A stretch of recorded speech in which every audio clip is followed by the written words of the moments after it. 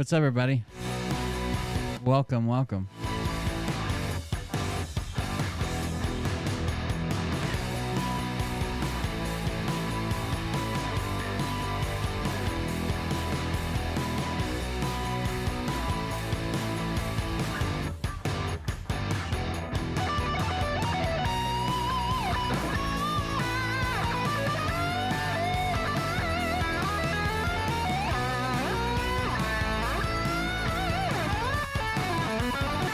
I was able to buy several hundred bots last night again. Apparently. Thank God for the bot fund. It's not early. We're still way late, but it's better than it has been.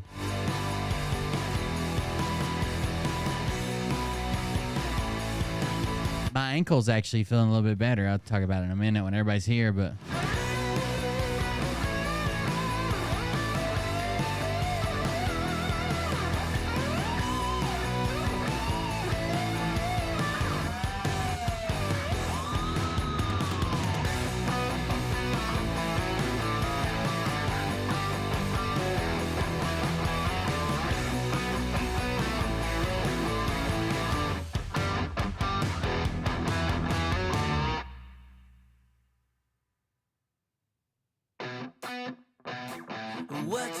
What you think about when you're born into a fire? Let them burn it out. Sell them to the richest buyer. They want to let the world decay. Liam had his last golf match of the season today. It went pretty good.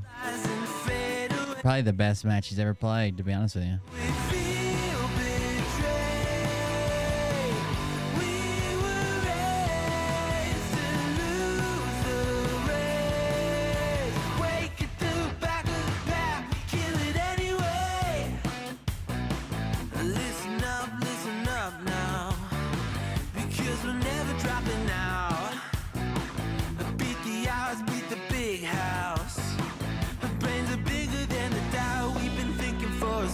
Never let the truth fade away.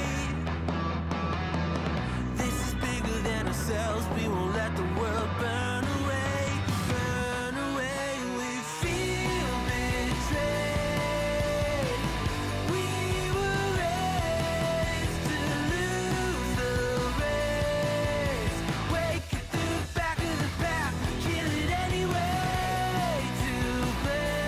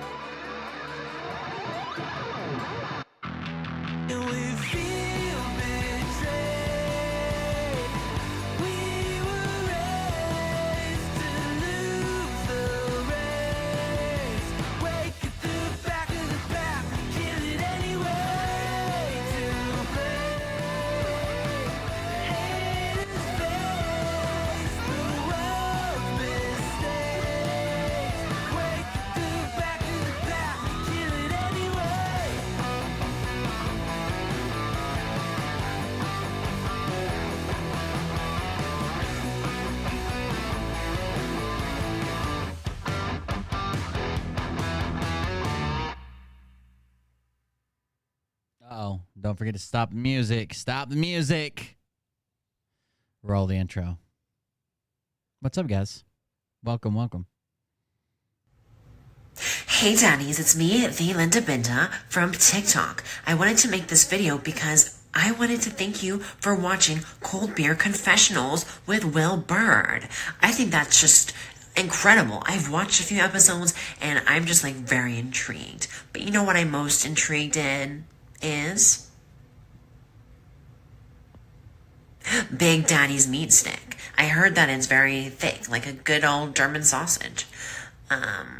You know, Linda and her coochie loves that. Oh, never mind. Let's not go there. Anyways, I hope you have a good show and enjoy it as you can. There's a lot of weird things that go on, especially when it comes from the realm of Linda Bindaland. So, enjoy the show. Thanks for watching. Peace out. Oh, welcome, everybody. Welcome. I'm Will Bird. This is the Cold Beer Confessional. Thank you for joining us.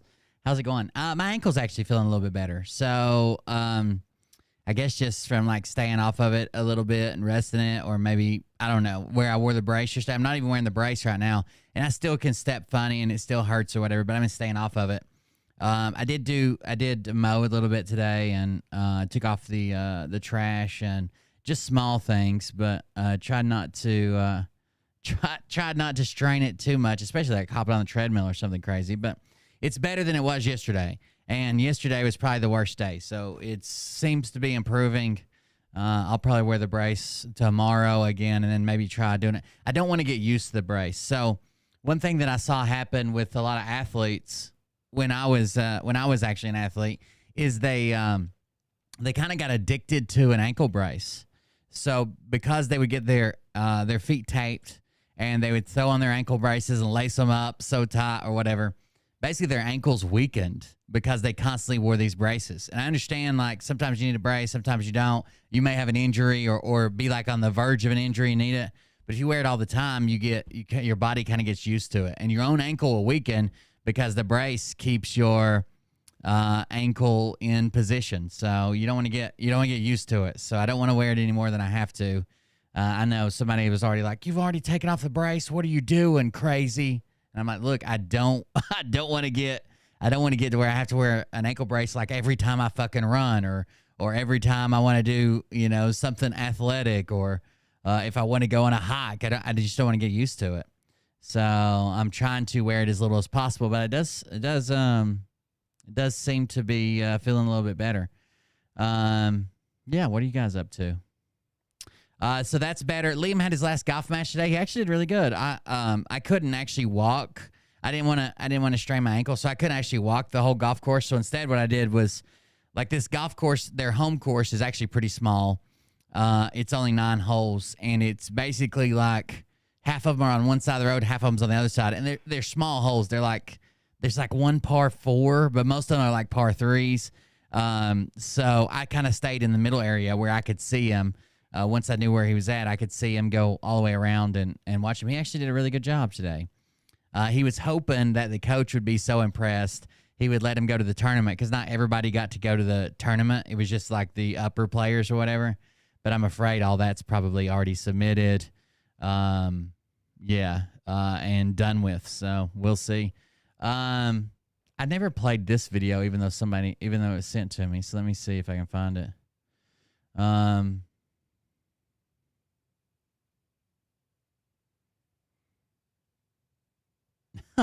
Probably had sword fights. Oh no. You'll have that on these big jobs. Let me see. Where did that go? Here we go. Another couple. Why can't I speak? Another couple comedy channel on TikTok.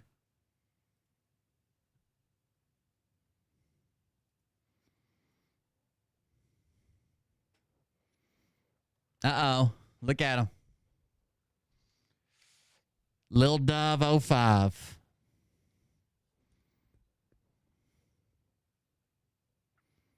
He looks like her toothpick. What was that? Lil Dove 50, I think. Lil Dove. Lil Dove 50. Oh, no, that can't be it. What was it then? What did it say? Lil Dove 05, not 50. 05. I'm sorry. I'm Slisteslick, or whatever it's called. Lil Dove 05. Oh, here we go. Our little Dove here. Is this that fat woman that was on those streams with the lumberjack woman? That's who it looks like. That was always picking at her teeth.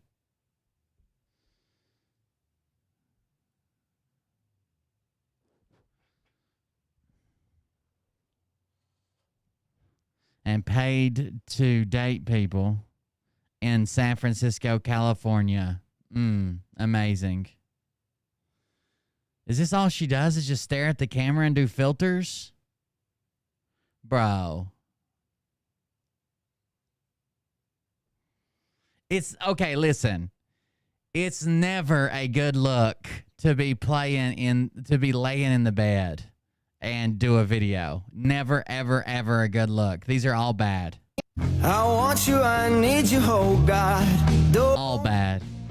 take these I want to know why I don't ever tell people when I'm not okay. Just get out of bed. Just raise up. You can even lean against the headboard. Just stop laying in bed. That's a bad look. She's a pretty girl. But once you get to know her, you will see that she's absolutely beautiful. She is so much more than a pretty face. She's a pretty smile. She's pretty bold. She's pretty fierce. And she's pretty strong. Is this all she does? She's pretty amazing. She's a pretty girl. But once you get to know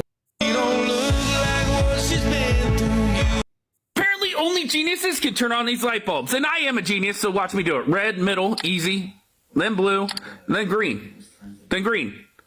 Come on!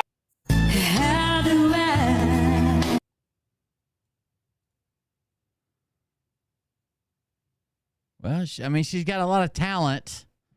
Your used socks. she doesn't need Why does she look like not someone's broken. forcing her to do this? two hearts together. Is she being held against her Nobody will? knows the war she's going through. Nobody knows the countless battles she fights inside her head every day. This She was is all broken, sent to me by Q yet she Idiot, always tries okay? the hardest to make others happy because she Q knows Idiot what it's is like a to big feel fan utterly here. worthless. And she doesn't want anyone else to feel the same way. No matter how dark. If you only had a month left, a strong, beautiful woman, They got this. Oh, God, a she's a Nick strong, Alvira beautiful fan. woman. They got this filter and we've just been charged for what? Face forward. Turn left. My right or yours? Look down. What am I guilty of? Oh, my goodness. That last picture is a talent all its own. My goodness. The jowls on that beast. Excuse me? What? They. I'm going through all of her videos. I don't know where her fucking boyfriend is. As an overthinker, when you she's a ride or die kind. I'm the person. Love me. How many videos does she make? She doesn't even make them that often. I'm always all the way back in 2022 already. If she's got the letters A or E in her name, she's dangerous and she's crazy, but she's highly intelligent. Oh, got the aluminum siding single wide in the background. You know what? Dog pain in the trash pile. She's not. I mean, that was all the way back in 2022. Did she eat him? Tell me, TikTok, my tombstone will say what? It's like when your cat, when you die and your cat finds your body and it eats you before the cops can respond. Tell me, TikTok, my tombstone will. This filter turns your eyes.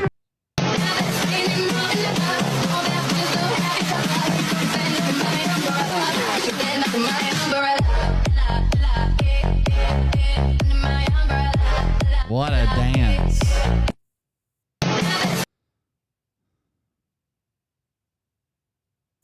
I'm curious. Who's my?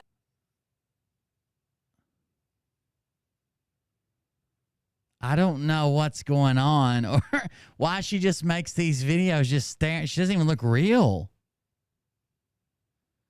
She never has any emotion. Hold on, here's finger down. You worry over the smallest things. You hate your body. You eat too much or too little. You can't sleep anymore. Every day is the same. So much makes you anxious. You don't have motivation. One person makes you happy. She's an You AI developed bot. bad habits. What's up, Desert Dogs? Nothing feels What right. are you doing? Why can't you be here? Everyone thinks you're fine. Stop, watch my 6. You cry most nights. The whole thing I think he bought is so he can buy tools. Oh my God, he bought a $500 air compressor. Yeah, he dead. Dude, he hasn't been featured on this channel since 2021. He's Do you know dead what that as is? fuck. It's this tall and this big around. It just stands in the driveway. Oh. It looks like he made his own shirt for a 5K that he ran. Pavement Pounders 5K. It looks like it's made out of Sharpie.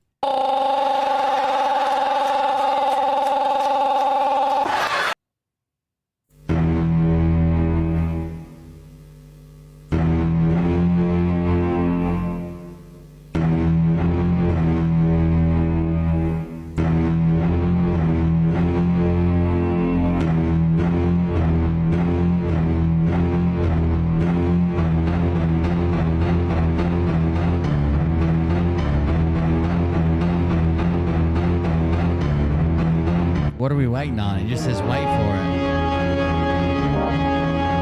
A cockatiel or something? A cockatoo? Cockatiel? Cock something? She starved him.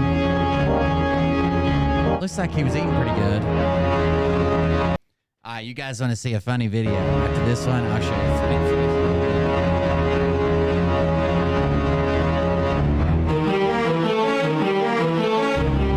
A cockatoo?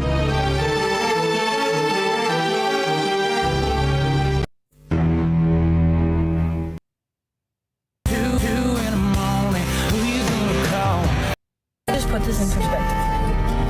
There are over 7 billion. Yeah, he hasn't been featured since 2021. Like, he's not in any of these other newer ones. I don't know where he went. He's gone. He dead. I went back. This is on my announcement channel if you guys saw it. I went back. So apparently the person's still claiming I'm ad bots. You guys know how many people were on the Twitch stream last night.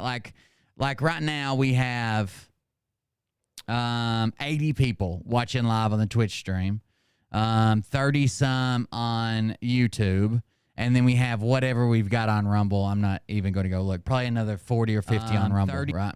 So obviously that's more than 35 viewers. So basically this person is taking screenshots before the live viewers are added back in. And I didn't even know this was an issue. They brought this to my attention. But I did go back and find some old posts. So this is an old Twitter post that Twitch Support made 3 years ago. 3.5 years ago. It says, "Hey creators, we've heard your feedback about VOD view counts. So we're rolling out an update to better reflect your true audience, whether that's live or offline. VOD view count will now show a sum of live views and offline VOD views. So it shows my VODs are replays, video on demand. Those are replays, not live. So basically, this is Twitch saying, hey, we include your live video views on your replay views, your VOD views. That's what they call replays, is VODs. So I found that, and I was like, oh, well, clearly they're not adding them in right away, because when I got off the live stream last night, it said that the VOD had like 20-some views or some shit, but when I checked it before I left. So I was like, clearly they're not adding them in right away. So I found this Reddit post, and it is people talking about this same issue. I guess all these people are buying bots too, unaware. They just don't know they're buying bots. Okay, they were just confused by it. Someone says that normally high VOD views, and this is from 4 years ago, 3 years ago. And it says, just wondering if anyone has experienced the same thing. I only have 200 followers after 68 views. Yeah, I'm not sure where these are coming from. It kind of bugs me a little just because I wonder if I can possibly turn those views into followers maybe. They're bottled it somehow. And they link to this Twitter post. So it's the same Twitter post I just showed. We've heard your feedback. So the reason it says 4 years ago is because I guess Reddit's rounding up and this one's rounding down, but it's like 3.5. It links to the same Twitter post I just showed you. And people are just like, oh, wow, I missed that tweet. I had a post blow up on Reddit the other day and gain like 200 followers overnight. I figured it was just those people seeing if they wanted to stay for the content. I guess not, Lamau. Okay, thank you so much. Man, I was so freaking confused. My VOD views went up from 0 to 1 to like 15 to 40 overnight. What did that say?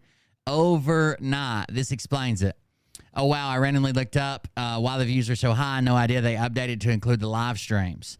I'm also seeing the same thing on my channel. Most of my VODs had less than 2 views and now have 50 plus overnight. I'm thinking either some bot watching them or maybe the stat has been updated to reflect the live views from when the stream was live. And again, they keep linking back to this same Twitter post. So I don't know when those views get added in, but they don't get added in immediately. The Twitter views don't get added in immediately. They get added in, the live views don't get added in immediately. They get added in at some point. But like literally, you can see how many people I had. Like I have 80 people right now, okay? So if I have 80 people watching right now, so that'll probably work out to like 200 and some, unique viewers. Maybe 300 and some unique viewers by the time we're done. But even if the video ended up right now, you know that Twitch adds my live viewers to my VOD views. So even if the video ended right now, you would know that there's going to be at least 80. So when you show me a screenshot that you took that says like 30. Yeah, that's just because the views haven't been added yet, you fucking retard. The views haven't been added to it yet. Because if the minimum I can have is 80 and you show me a screenshot with 15, it's not going to happen. It's not going to happen.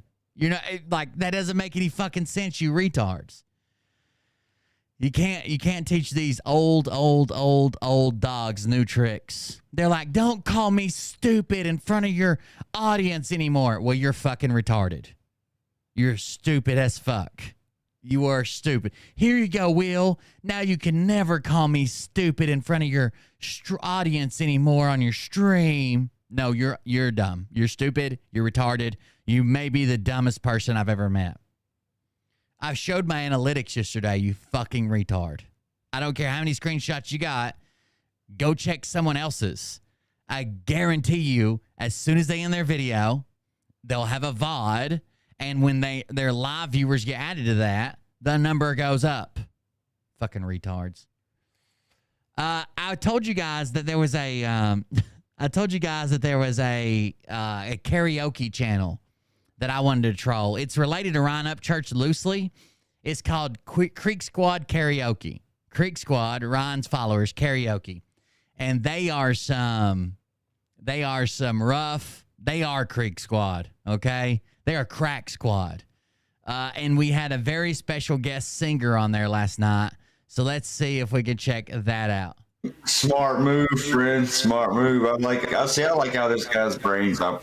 I really do. Yeah. Oh, the chat's not up, is it? Okay, I'm gonna try my best to not screw this up. I'm not making any promises. All right, here we go. Crack Squad Karaoke. We got Creek, HCC, me, Iho, and the damn lie, Brad, Revision, Steve-O, Purple Winks, and Wookie Goldberg. Wookie Goldberg, if you get that right. Did it? All right, here we go. A solo. Can y'all hear that? Yeah, we hear it. Yes, I heard something. Yes, ma'am. Yes.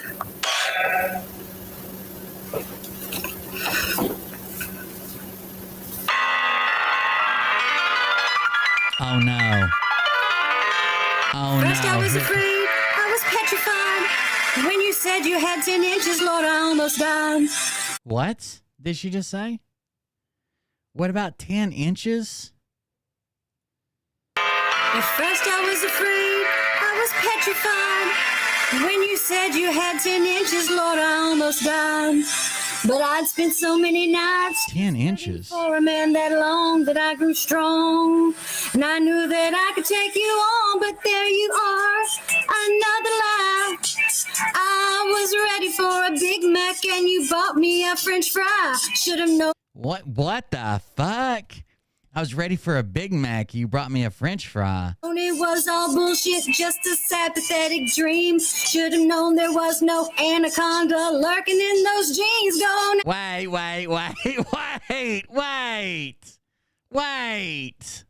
It was just a dream because there was no anaconda lurking in them jeans. What? Known there was no anaconda lurking in those jeans. Go now, go. Walk out the door. You promised me 10 inches. By the way, if you're wondering what her name says, it says HCC, founder of the Sis Piss. So like sister, S-I-S, the Sis Piss. Lurking in those jeans. Go now, go. Walk out the door. You promised me 10 inches, then show up with only 4. Weren't you? By the way, if you're ever feeling bad because someone's talking shit, someone's talking shit about you on the internet, remember that 90% of the people are these people, right? Like, there's a reason why people don't show their profile picture. There's a reason why people don't go live. There's a reason why people have a fucking piggy bank or a Wookiee or something as their profile picture, okay? There's a reason. It's because they got 3 teeth in their fucking head and they're running around trying to tell you that you're buying fucking bots on Twitch. In those jeans. Go now, go. Shut the fuck up, Jim. God damn. We get it. You promised me 10 inches, then show up with only 4. Weren't you a prick to think that I would notice it pop out? Don't you know we're only joking when we say the size don't count? Oh, but I will survive. As long as I've got batteries, my sex life's gonna thrive. I will always have batteries? Good sex with a handful of latex. I will survive. A handful of latex. Damn it. Gift 1 just gifted 10 subs. Thank you for the gifted subs. I appreciate it. Is it my music melody that's helping me? Life's a gift 1. Is that what's doing it here for you? I will survive. Hey, hey. Hey, hey. Hey, hey.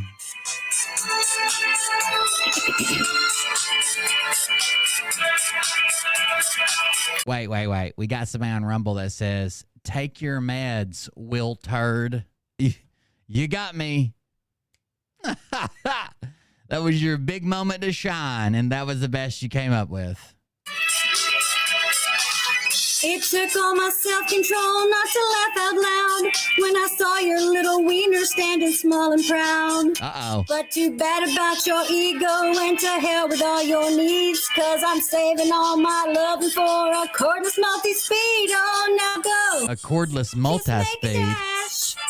Last time I saw a dick that small, I was treating Dr. Rash. I should have asked for confirmation. My loving for a cordless multi-speed. Oh, now go. Just make a dash. Last time I saw a dick that small, I was treating Dr. Rash. She really missed an opportunity to refer to her vagine as the gash, right? You thought you'd get inside this gash? I should have asked for confirmation, should have asked for pictures, please. Then I wouldn't have that teeny weeny waving back at me. Oh, now go. Just hit the track. Don't bring me home no little while. No, she didn't make up this song, right? I've heard this parody song before. She just decided to sing it on Creek Squad Karaoke. I'll always throw it back. The only thing I can do with it. By the way, the disclaimer says YouTube, everything we're talking about is not real. We are writing a screenplay that we're going to turn into a movie. Please do not shut down my channel. So you can tell they like to dabble. They like to dabble in the Ryan Up Church conspiracies as well. Dick as small as yours is stick it in. Small as yours.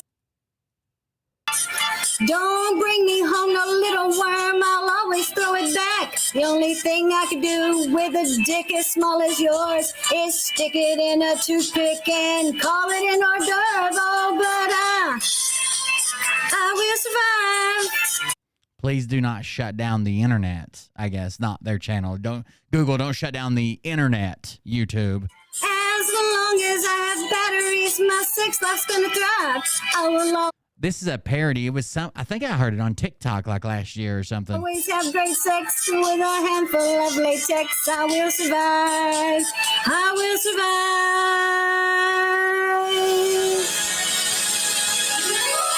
Killed it. Go now, go. Get out of sight.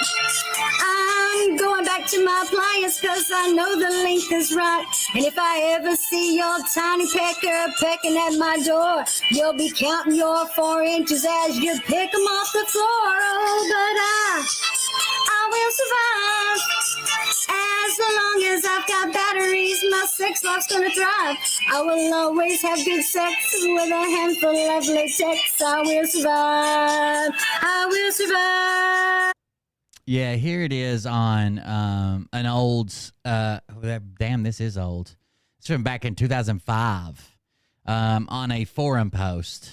I just typed in the title, I will survive, small dick or something. It says, at first I was afraid I was petrified when you said you had 10 inches. Lord, I almost died, but I'd spent so many nights just waiting for a man that long that I grew strong and I knew that I could take you on. But there you are, another lie. I was ready for a Big Mac, and you've brought me a French fry.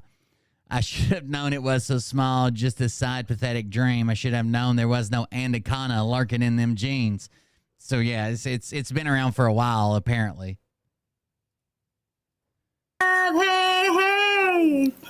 Hey, hey. There you go, everybody.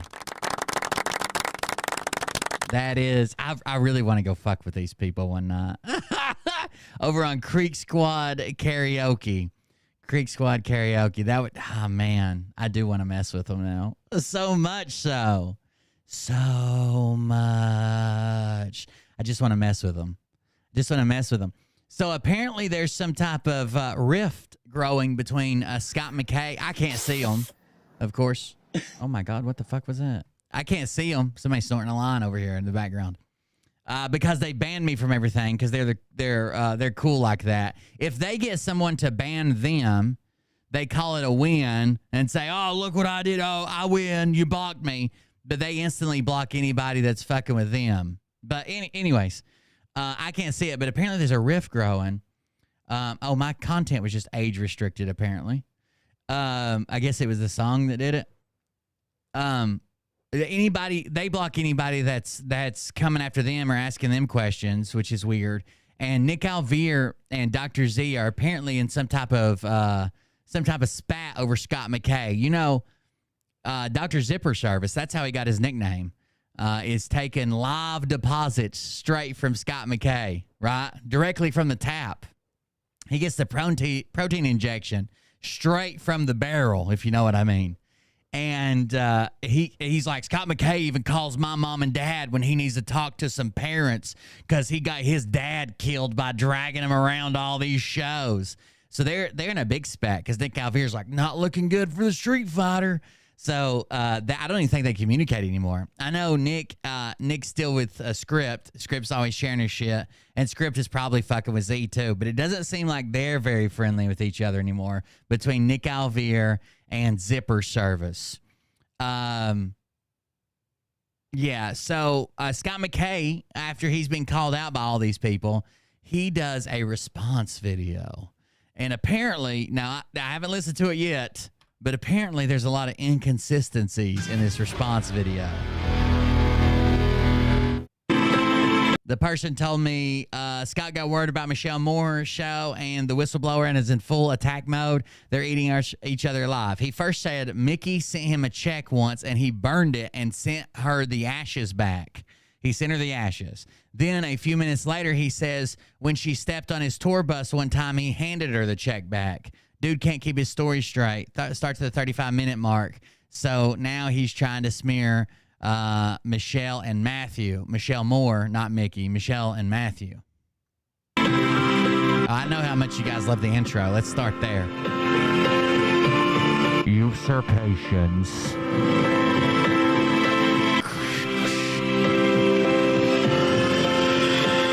Remember when I used to torture you guys with the intro. But I got these memes off the internet that I'm gonna do a voiceover over. They are endowed by the Creator with certain unalienable rights. That among these are life, liberty, and the pursuit of happiness.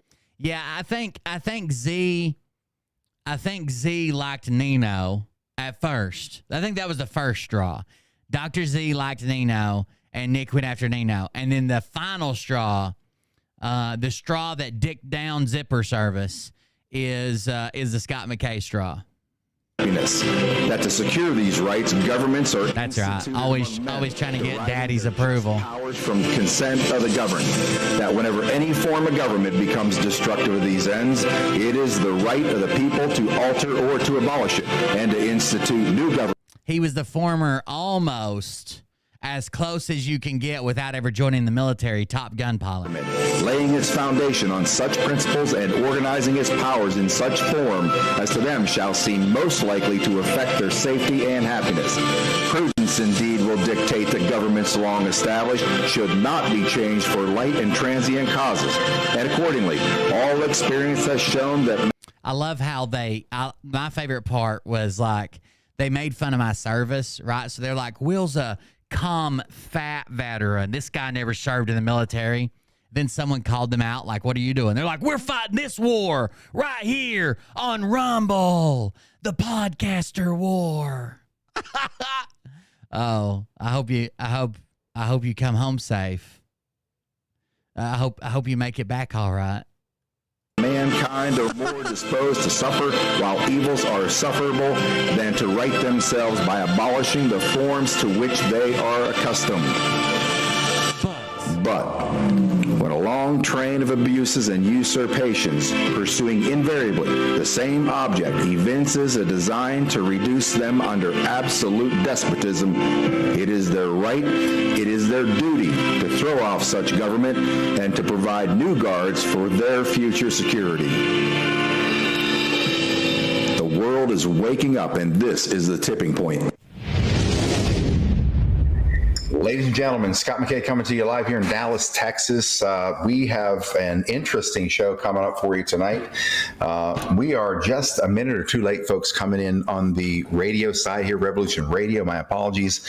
Had to do a computer restart tonight. One of those days, just things going sideways. I wonder why Scott has to have an off-site producer to produce his show. You remember last time he's like, oh, that's the wrong one. Upload this other one. No, I'll call my producer. Or he just texted me and said he's got the right one. Oh, I mean, like, how hard can it be to go fucking live from your computer, dude? Why do you need an off-site producer? What does that do? It's in every way, shape, form you can imagine. Right now, I'm in the middle of process of sending over to one of my guys a WeTransfer file so we can get some more information for tonight's show coming out. So stand by for 1 second until I get some of this stuff done. And then we're going to go into our announcements, and our announcements are going to primarily begin. Well, that ain't going to work. I don't know why it works like that. Bear with me for a sec. This doesn't seem. The WeTransfer file must be going through. It froze this whole damn show. I mean, Jesus Christ, dude. Like, you could do all of this from your computer. If you can send this entire stream to somebody and they're producing it and putting it out, then you could send it to Restream or YouTube or Rumble or something, bro. His arm's too short to reach all the buttons. Makes sense. I mean, you guys remember, the funniest thing, I wish I had the clip of when Scott McKay, one of his viewers sent him a sippy cup and he didn't know it was a sippy cup. Like, they sent him this cup. He's like, this cup's amazing. Like, you can't knock it over. It doesn't spill. And then if you want to drink, you just, like, take it. You just suck off this right here, and it's like a built-in straw. But look, I turn it over, and nothing goes anywhere. Yeah, that's a sippy cup, bro. The kids have them. Yeah, you could have just bought one. They didn't have to custom make you one. You could just bought one. I don't know what's going on here, folks. I'm playing with multiple browsers here, trying to get things to work, but they don't seem to work. No sharp edges, so it won't tear a hole in my leather seats. So, see how we do this. Bear with me a second. I got to find a file. I get this file over to my producer, and I think I figured that out. All right, Mr. Producer, that file is on its way over to you. 730 megabytes. Mr. Producer, teed up for our second video of the night. But I'm gonna go down through our announcement. I hope that guy gets paid good to fucking help this retard use his own technology. Anyways, folks, Revolution Radio is the warfare platform that I chose for the tipping point, which is high octane, full throttle truth hammer, raining a shitstorm down on all the scumbags, at least with High octane, full throttle truth hammer, running a shitstorm down on all the dirt bags. Shut the fuck up, dude. And at appropriate times that have been destroying humanity. We've been face down in the mud for a very long time, and they've had their foot on our backs and pushing our face further into the mud. Those days are coming to an end. There's no doubt about that. I can tell you there's some pretty exciting things that are happening out there in the world of this great awakening. Many more. By the way, Scott McKay was one of the people who told you day in and day out Trump would be back any day now. Right? Military's taking over. Sit on your couch. You're good to go. Trump will be back. Biden will never be in office. Something big's happening on March the 4th. All that stupid shit. He did it all too. More things are going to transpire. I hate that a lot of these people are pretending they didn't do that now. Now that the elections are like right around the corner, they're trying to pretend like they never did that shit. They need to fucking come out and apologize. Like I told people for years that Trump would be back in office any day now and that Biden would not be president. You need to fucking apologize. Don't just pretend like it didn't happen. And evolve here. So we'll talk a little bit about some of these things tonight. There is going to be a, let me just say there's going to be a come to Jesus He's moment. Paid in pink polos. Here, in this battle, in this war. We're going to talk specifically about things that are going on out there in this battle that certainly are not serving, they're not serving humanity on any level. And you can kind of tell he's pissed, can't you? You can kind of tell he's pissed. And we're going to address that tonight because we've sat back here for a couple years and just continued to listen to the nonsense that's come out of some of the people that claim to be on our side. And I'm sure a couple are popping in here tonight to see how we're going to handle this. But I've sat back for multiple years here. I think it was back in 2021. We were on tour and we had some stuff going on there. And of course, back then I certainly was getting some. And Zipper Service was my roadie and roadhead. Some advice from some people. Like Juan Satin was one of the people advising me on a couple of different levels. And one of the things that he had asked me to do was to not get bogged down or not get caught up in patriot wars, patriot battles. Of course, I stayed on that track for quite some time. But Juan 07 asked me not to attack other truthers. And I stayed on that path for quite some time.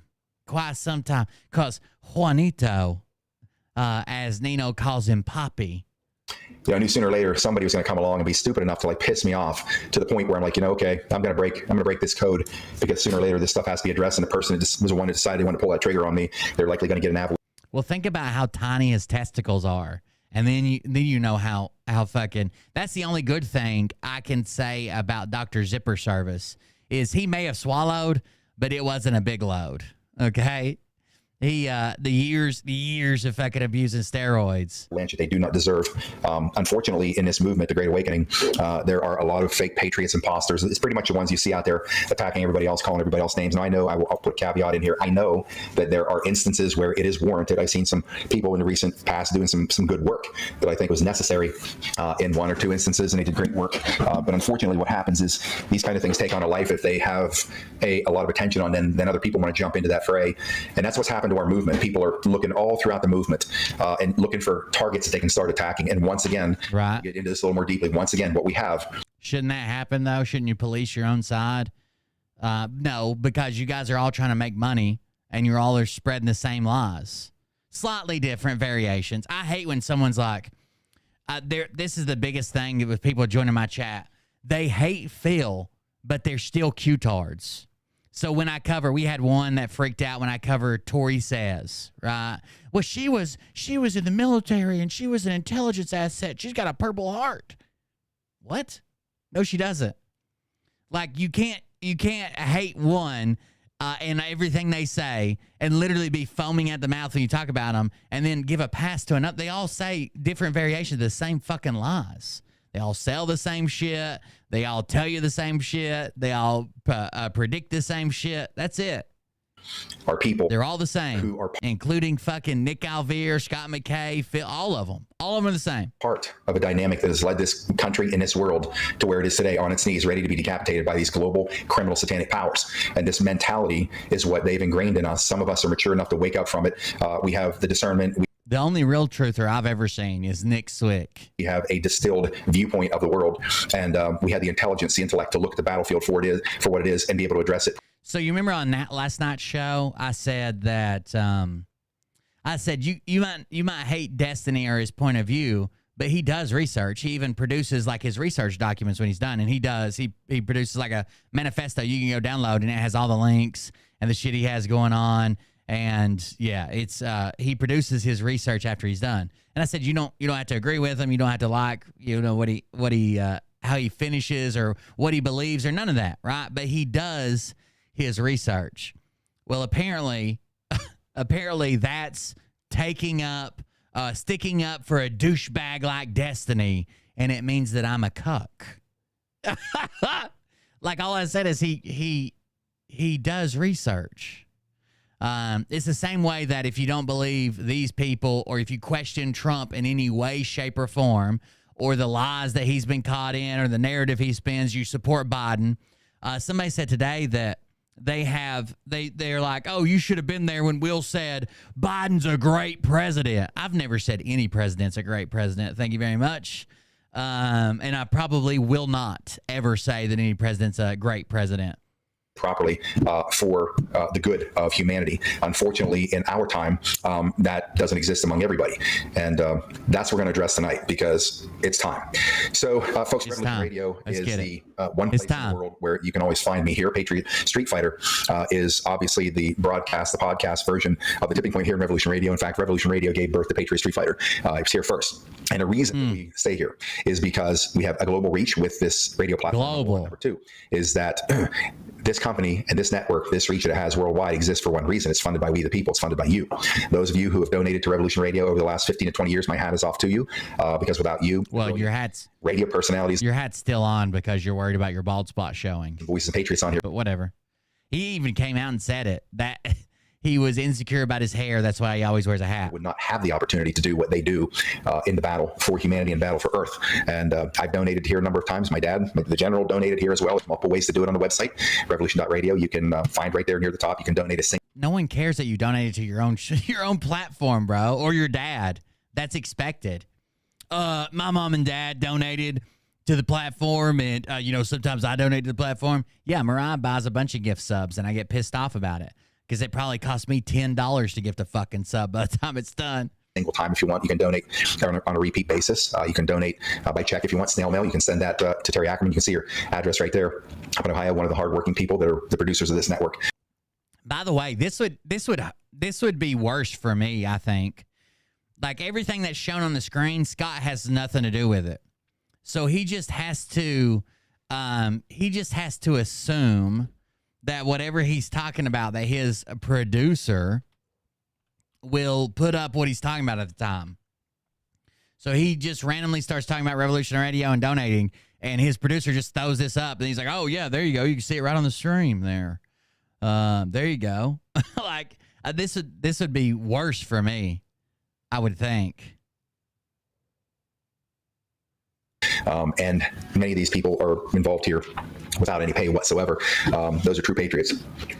You see, you can donate Bitcoin, Ethereum, Bitcoin Cash, some other stuff. So my thanks to Revolution Radio. Let me pull up my sports shorts here, see if I can get back to, I had to restart my computer here, and there we are, show notes. I had to restart my computer because things just weren't quite working out too well. So to my, let me see, I forgot, I got to go into the live side of the broadcast here, the video broadcast, because I got to see the who's over there. I got to go look in there and see who's here tonight. Okay, there we are. There's Robin PSF, always here. Let's see. Why does he, what is this? Where did he learn this, dude? Into the live side of the broadcast here, the video broadcast, because I got to see who's over there. I got to go look in there and see who's here tonight. Okay, there we are. Where did he learn? Who told him this was a good idea? Every time he talks to somebody in the chat like that, he does this. I don't know. Is it like a beauty queen, like a beauty pageant parade? Wave? What is this? Who does that to wave?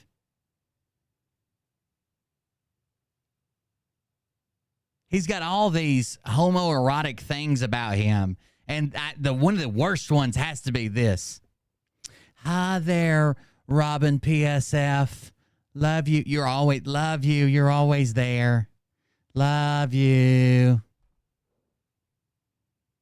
What is that? Why do my hands look so dirty on screen? Oh, it's just shadows? Like, damn, there isn't black shit on them. Why is there black shit on the screen? What is that? He's actually reaching as far as his arms will go. That's it. That's all he's got. He's reaching as high as he can. That's it. He wants upsies. There's Robin PSF, always here.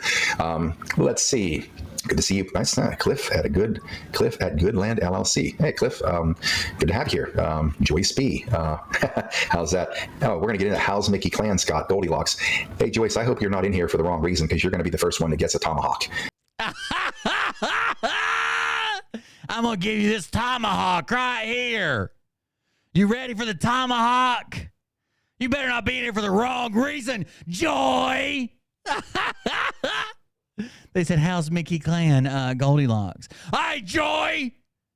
He has little to his comprehension is so slow. He read the entire fucking comment before he knew that it was a troll. There's Joy, and she says, how's Mickey Clan, Goldilocks? Hey, Joy, you better not be in here for the wrong reasons. How's that? Oh, we're going to get into How's Mickey Clan, Scott Goldilocks. Hey, Joyce, I hope you're not in here for the wrong reason because you're going to be the first one that gets a tomahawk. We'll handle those dipshits, but you know, it's interesting. I'm going to tomahawk you down. The world knows who Goldilocks is. Many have never seen her because I'm not stupid enough to put her out there. But the idea that Mickey Clan is Goldilocks and then somebody came back and retracted today, they're all sorry about what they said because I put out a bunch of bullshit lies. And well, the only retraction was Goldilocks is your...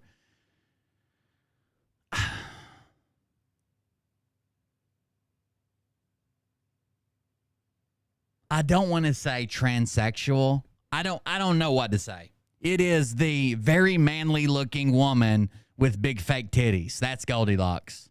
But the idea that Mickey Clan is Goldilocks and then somebody came back and retracted today, they're all sorry about what they said because I put out a bunch of bullshit lies and easily provable, every single one of them. And yeah, they're backing up. We'll get to this in a minute. But they're backing up. No, I made a mistake. Goldilocks is actually Scott's girlfriend. It's not Mickey Clan, and Scott's girlfriend lives in Hawaii. You guys don't get anything right. She doesn't live in Hawaii. I think she, for some reason, she does spend a ton of time in California. So she must travel back between California and Texas because Scott lives in Texas. Androgynous with implants. That's right. Gigantic, big old fake titties that look like they're rock hard and traps that any power lifter would be proud to have. You know, the only thing bigger than the testicles she had removed is her Adam's apple. That kind of. It's ma'am. I'm going to tell you where she lives, but hey, all right, where are we going to start here? First things first. We got the big event coming up in Croton, Ohio, a little bit northeast of Columbus. That's going to be a fantastic event. We can throw up that flyer there. Damn it, Joyce! And give you a look at those Patriots that are coming out. This is a Patriot. That's where are we going to start here? First, why you guys don't get anything? They're backing up. No, I made a mistake. Goldilocks is actually Scott's girlfriend. It's not Mickey Clan, and Scott's girlfriend lives in Hawaii. You guys don't get anything right. I'm only going to tell you where she lives, but hey, all right, where are we going to start here? First things first. We better get started. We got the big event coming up in Croton, Ohio, a little bit northeast of Columbus. That's going to be a fantastic event. We can throw up. It's because she has the outline of a peck, right? But they're too high because she has the outline of a peck right below her tits. It looks weird. That flyer there and give you a look at those Patriots that are coming out. This is a Patriot Street Fighter Symposium, Patriot Preparedness Symposium. As I mentioned before, there's a lot of great events out there going on all the time. I personally, I think the battle cry. He's not married. He was for a long time. He was a confirmed bachelor. He was married before. When he claims he was in his motorcycle wreck, lost everything. His wife's like, why don't you just give up and die? So she left him when he was broke. The rallying the troops to wake up in this country. I think, for me, it's a little bit, it's for me, worn out. I think we've been effective. All the people across the country who put on some great events and waking people up. And I was asked to do this event for 2 years by a close friend of mine. Nino's gone, by the way. That was one. I guess that's the biggest one that's removed. Is Nino's gone. You'll see why when you come to the event. Wait till you see this property. They added some people too, but no Nino. See this Iron Gate Equestrian Farm, incredible place. But so I decided I would go ahead and do it in relatively short notice. 2 months isn't really enough time. I'm just really too busy. But thanks to Annie Garrett, my partner, helping out, do a lot of this legwork as well, and of course my assistant Beth doing some legwork, and a bunch of other people, Judd Ayers and Claude and Rose, and Jim Price coming in helping out, and of course It's at the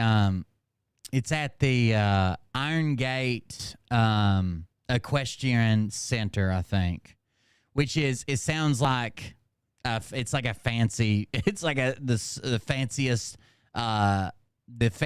farm you've ever been to in your life. Like their barn is used for wedding venues and shit. Like it's incredibly fancy. Missing people, Barbara handling tickets. There's a lot of people that are jumping in here to help out. Otherwise, it'd be impossible. But anyways, the whole point of this event is to have people be able to leave with some working information on what happens when it's a fan. What do we do? It should just in be this case if all these things former Dr. Sherry Tenpenny are talking about happen. That's the contribution these people I brought in are going to give you on that particular weekend. Also, the vendors, same thing. Vendors are the ones who can have private conversations with you. We're going to do some classroom stuff, possibly with Dr. Sherry Tenpenny, certainly with Dr. Basheen Baker, has an organic ranch in Michigan, a spectacular place. She's a naturopathic doctor. A lot of amazing things about her. Herbalist. Colonel Brian Searcy is going to come in and talk to you how you defend your home. The Paratus Group is designed to teach these kind of things. There's ongoing courses you can, of course, apply for. Oh, man. But how do you defend the home if what we think is going to happen with all these military age males coming in, et cetera, et cetera? And I get down okay, the immigrant war. The list. Bill Ogden's going to handle tactical civic side. Of course, you know, Mike Jacob, Comrades, SG, McKay, all these folks are going to bring to the table. So if you want to get your ticket, you see a scan code here. And if the scan code doesn't work for some people, the easy one to remember is just go to patriotstreetfighter.com. Once you hit the website, you'll see this particular flyer. Just click it on with your mouse, and it'll open up the page where you can buy your tickets. I think I mentioned about 10 days ago, we had a great patriot, had donated, sponsored this event, donated some money with the sole intention of buying down the general admission tickets from $75 to $50. So I don't know how many of those are left, but we had 220 tickets that when that was done, that were going to be $50 tickets. Those of you who came in a bit early and you spent your $75, I have something a little special for you folks. We got your names adding up to the list, and you'll be able to pick that up when you are at that event. Let's see what else concerning the event. Oh, the VIP tickets. That is a very nice dinner and live entertainment on Friday night. The doors are going to open at 5. About 6 o'clock we're going to start. There will be a cash bar there and a very spectacular dinner. Great entertainment. Brady Bull, a Nashville recording artist. Ohio Brett's son. He's a phenomenal talent, even more so than his talent as a singer, performer, country singer. He is a SGanon is 100% a grifter. He's lying through his fucking teeth about everything he says. Not to mention, he claims when he said that he tried to allude to that he was in the military, and when I called him out on that, he come back with, well, I was going to join the military, but I had medical reasons that kept me out, and my recruiter was going to, I couldn't afford it, so they were going to pay for an experimental surgery that was going to, that they were going to do this surgery so I could get into the military. What the fuck are you talking about? What the fuck are you talking about? An all-star, like all-American golfer that has PGA material all the way, but prefers to be a performer, so a country musician. So that's pretty cool. We also have Rob Lane coming. Some of you folks have seen the County Grand Jury song for Tactical Civics, and Rob is... Here is Scott's girl Goldilocks. Somebody said they missed the pictures. Here she is. Around again. Uh-oh, in a hick town. Oh my God. Ha ha! That cooter was a tootin'. I could feel the breeze off of it from here. It blew me a kiss. There you go. There's his one time Scott McKay was like, some dime store douchebag was making fun of my rings. Let me tell you something. These are all skulls because they're biker rings. And you don't mess with a biker. They're all biker rings. You think you can mess with a biker? Oh. She's very into being fit. I'll tell you that much. She's very, very, very much into being fit. Maybe past a point where it's where it looks good. Maybe too far. She's very, very into being fit. Let's see. There's some good ones of her running on a beach. This is very expensive titties. I will say that. I like to give compliments when they're due. Very, very expensive tits. Tits that probably cost as much as a new car. And not afraid to show them either. Not afraid to put the merchandise out there. At all. At all. right? The way they should be. Who doesn't like titties? They make the day go better. Lots of lip filler, other work involved.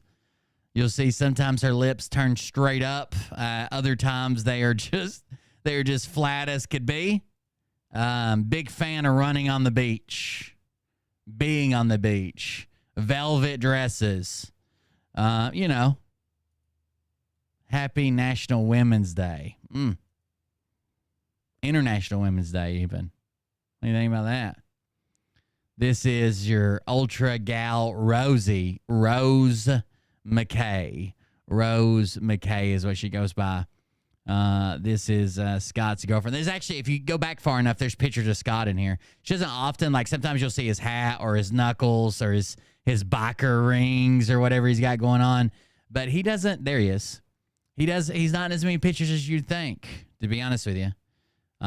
She is a solo type of poster, and Scott's not often featured in her Instagram. That is their apartment they live in now, though. Is the composer and singer on that. So Rob is going to be coming to perform as well. And we do have one of the people we do want to give a shout out tonight who's also coming to perform. Revolution Radio. So we're going to talk to, we're going to get a chance to meet Uncle Alan Lane. He's going to be playing dobro. That's something I'm looking forward to seeing or understanding because I don't know what the hell a dobro is, but this is going to be fun. We're going to have that entertainment is going to be on Saturday. So we're going to have some different breaks in there where we're going to have some entertainment from this amazing country performer. And it's going to be a different kind of weekend. It's going to be a lot of fun. If you can make it on Friday night, those tickets are $295. And again, not for everybody. Some people want to have a getaway, weekend vacation, whatever you want to do. Are there any good truthers? I'm probably not the person to ask about that. I haven't seen a single person that claims to be a truther that holds my beliefs at all, ever. I wouldn't consider myself a truther or anything close to it. But when I watch people who call themselves truthers, it's almost synonymous with grifters. And even the ones that don't go into like Q and this, when they can latch onto some type of conspiracy theory, they don't want to do the research. They want the research that fits their narrative, and they'll just spew it out as truth.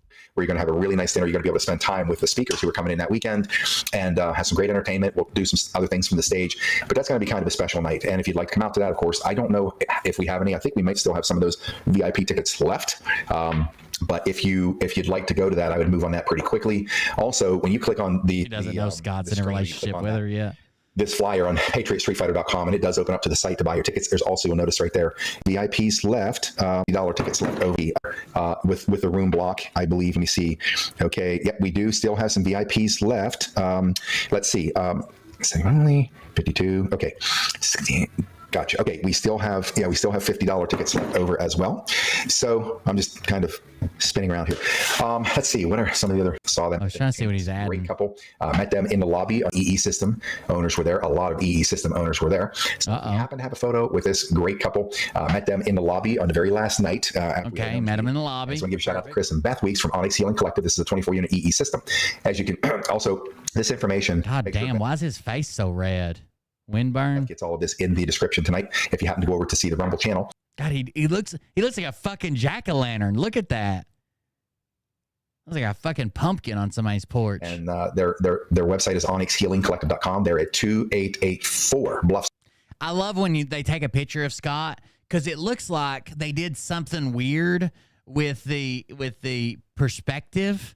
And no, it always looks like he's squished, but that's just him full size. He's just squished. 2884 Bluff Street in Boulder, Colorado. And there they are, and they center as well. Let's bring up a picture of Josh McGinn, Elizabeth Stump. Got a chance to spend a little time with them too. Squished him again. And they have what's called Regenerate Wellness Center, and that's at 2084 Woodruff Road, and that's in Sweet A in Green. So he's trying to partner with other healing centers because he broke apart from Terra Quantum Rechargers or whatever he was. South Carolina, Greenville. They say South Carolina. I don't say Greenville. They say Greenville, South Carolina.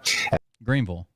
And if you would you expect him to say Greenville, Green Village? Want to email them to get some information? You can send it over to John number 86 of the EE System. Greenville, South Carolina. I could be there in a couple hours, probably. Look at their center. Okay, don't think that's going to come up. I thought I saw it earlier. There we go.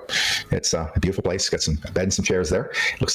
Now again, all they do is play different sound waves, and you stare at these TVs with weird RGB colors and shit on them, right? Like glitching. You stare at glitching TVs. and they play different sound waves. Now, Scott McKay is very upset, was very upset, I guess still is, at the hospital where his dad passed away, because Scott McKay drug his dad to his events in Pennsylvania in the height of COVID. His dad got COVID and died. Now, COVID was horrible for people who had comorbidities. His dad had comorbidities. He was older.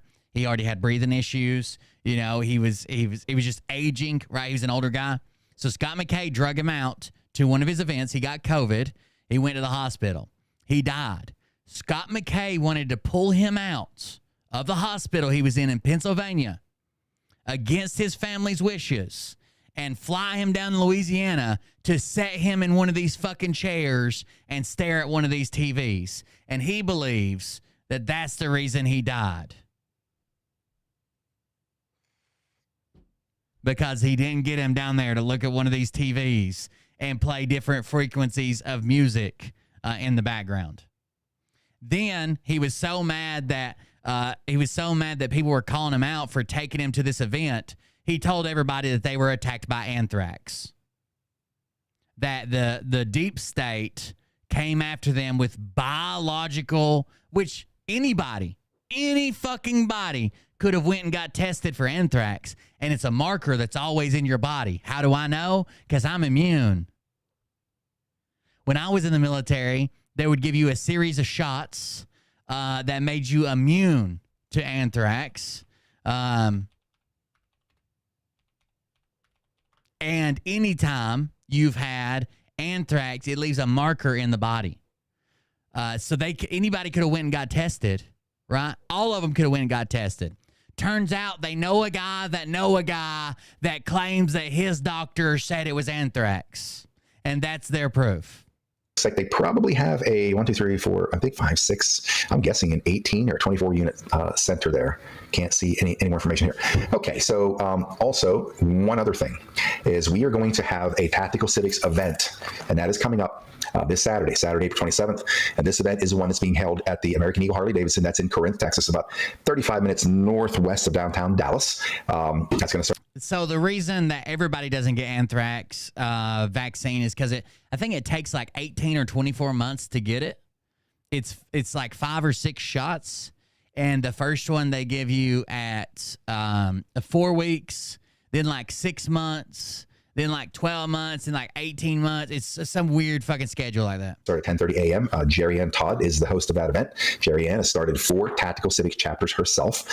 So, by the way, it's inside the dealership. You got to go up the stairs to the second level. There's a big catwalk overlooking the entire floor of incredible bikes and everything else. It's always a lively Saturday. Now that even Dr. Z will repeat this lie. That they were, so when someone called him out about me being a veteran and him like making fun of my veteran status, saying I wasn't a veteran, I've never been to war, and I've combat this, whatever.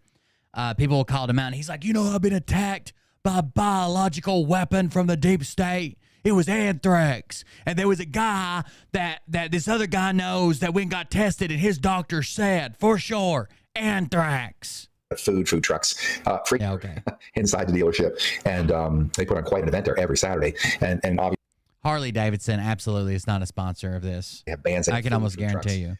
Free beer inside the dealership, and they put on quite an event there every Saturday. And it seems like they are they're letting the dealership host a single dealership.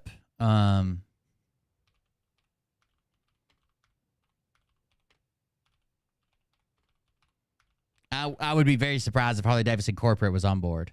And obviously the manager, been there a long time, is a patriot. That's why we now have we have this venue, or I should say, not we, but Jerry and Todd has this venue donated to her. Yeah, it seems like it's requesting that all Tactical Civics members of all the surrounding counties. Yeah, so it's a dealership in Northeast Texas is doing this. It's called American Eagle Harley Davidson out of Corinth, Texas. Sponsors this because the manager's a big believer in it. And it is, this was from the 2023 show. Apparently they're having one in 2024 as well. He's come to this event on Saturday. I have some, what I feel is very important information about this mission and mission set that I'm going to be talking about. We are fast approaching zero barrier, folks, here in many aspects of this war. And there's obviously, look. There's Q-tards in every walk of life, I guess. I don't know that So they give leeway for their dealerships to do certain things. Like I've seen dealerships do burnout contests and dyno days and wet T-shirt contests and all kinds of shit. So they give leeway to stuff that corporate wouldn't sign on. But I don't know how independent each one is. Disruption coming. There is disruption coming in everything. The way the country is going to behave, the system, how it works or doesn't work. Economics. Resources, you name it, disruption is coming. So they're teaching sovereign citizen shit of this as well, I'm assuming. Learn about the lawful, peaceful, and permanent solution. It's got to be sovereign citizen bullshit. In this case, I think more importantly than ever, this tactical civics mission is critical, and there's some elements to it that I want to share with everybody who is in the region. If you're out of state, come on in.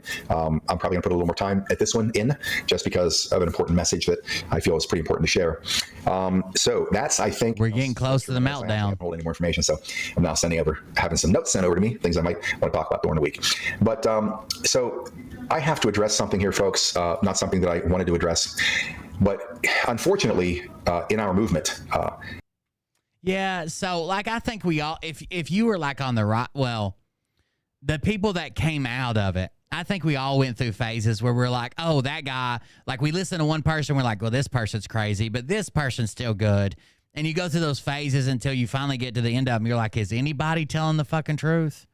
I would always be weary of someone who immediately runs with a headline that just supports me. Like, as soon as something comes out, they're like, see, they're trying to set up Trump. They were trying to do this. They were trying to do that. But when you read the documents or the paper or whatever they're referring to, it's not that nefarious. Like they're basically making up the people's mindsets, their motives, who told them to do it, why they would do it. A lot of times you just have shitty people, or never blame on malice what can be contributed to stupidity. Like some people are just fucking dumb and make mistakes or do this. It doesn't mean that there's a coordinated effort behind the scenes to take down this one or silence that one.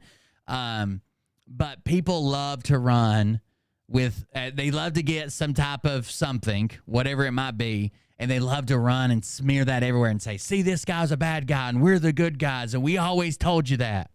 When in actuality, if you just either wait a little bit, it clarifies itself, or read the source material. You got to, I mean, a lot of times you got to be like, well, this guy might have just been stupid, or it doesn't say that he was even a fucking Democrat, much less say he had political ambitions or whatever it might be. There has been disruption that has been taking place for quite some time, actually 4 years.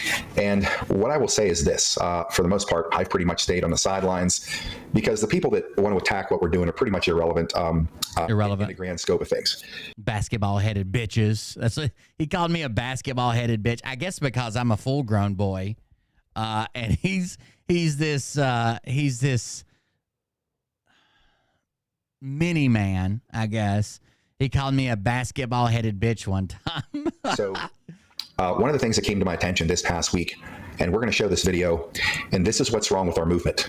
This is how this country got to where we are. Oh, God. Media. Is this where the guy pulls up? He's already getting pissed, you can tell. Is this where he pulls up the wrong movie, the wrong video? A global lie machine on every level, every single level whatsoever, where this system has been built to knowingly lie to us, mislead us, minimize us, reduce us, and cause the greatest damage to humanity, which is division and separation, whereby we're divided by race, we're divided by sex, we are divided by political affiliation, we're divided by age, we're divided by gender, we're divided by everything, religion, boundaries of sorts which have nothing to do with this. I don't even know if it's that fucked. I mean, all the retards are claiming that Biden had the Chinese army at the border, and as soon as he took over, the Chinese are going. He was basically signing us over. We were going to be little China. We were going to be China number 2.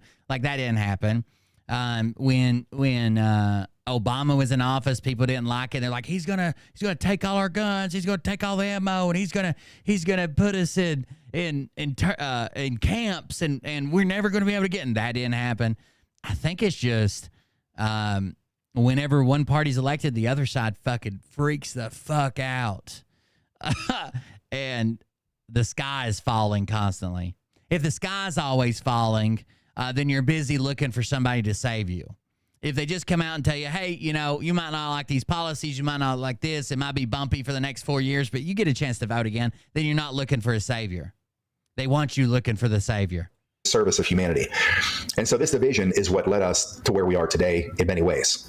And I got to say, it's been pretty sad to me and outright disgusting of what I've had to watch in this movement for the last 4 years. One of the reasons people would ask me, in fact, when I did the very first podcast ever, I was already doing this radio show here, and I was doing a radio show for 10 months. And people have been telling me that I should be on the radio for 20 years because of what I had been doing for decades. All through the years when I was young as an athlete. After that, you know, on the way to college, competitive bodybuilding. I was on the national stage, competitive bodybuilding for a number of years. Oh, my goodness. My career track was going to become a pro, which of all my friends, I had the genetic capability, and I certainly had the work ethic to go the distance. At some point, I threw all that overboard one day, decided I wanted to be a Navy Marine pilot. That was more important to me than anything. A Navy Marine pilot. I want to be a Navy Marine pilot right then. Couldn't get in. Dream shattered. Dream shattered. Didn't they just call you and ask you to take a physical once? Dream shattered. Couldn't do it. And of course, I undid all that very quickly. Over 10 months, lost 60 pounds, burned off a lot of muscle. And then I changed my whole world and did it. So over 10 months, he lost 60 pounds, burned off a lot of muscle. You just couldn't go back over 10 months and build the muscle. Actually, it comes back twice as fast once you've already developed it. Almost twice as fast. So like if you get up to like 300 pounds of muscular, and let's say you drop it all and get down to like 150 pounds, it comes back almost twice as fast if you've already trained those muscles to be that size and to be able to lift that much weight or whatever. Almost twice as fast, which that's insane. The human body is incredible. Everything I could, preparing for naval aviation or Marine Corps aviation exams, AQT, FAR exams. And of course, I was my scores were in the top 10 percentile because of my physical profile, et cetera. I was a top tier candidate, and obviously I was going to be. And of course, I changed my whole world and did everything I could, preparing for naval aviation or Marine Corps aviation exams, AQT, FAR exams.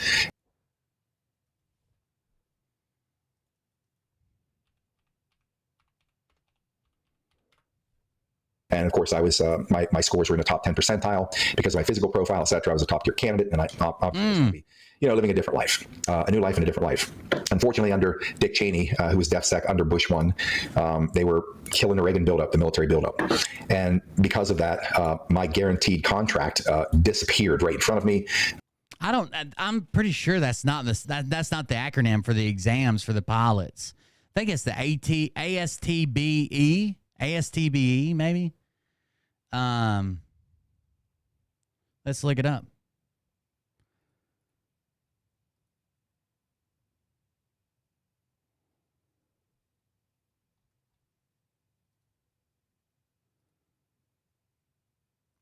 ASTBE, Aviation Standard Test Battery, E. ASTBE is utilized by the U.S. Navy and the U.S. Marine Corps and he said AQTFR exams. I don't know what the fuck he's talking about.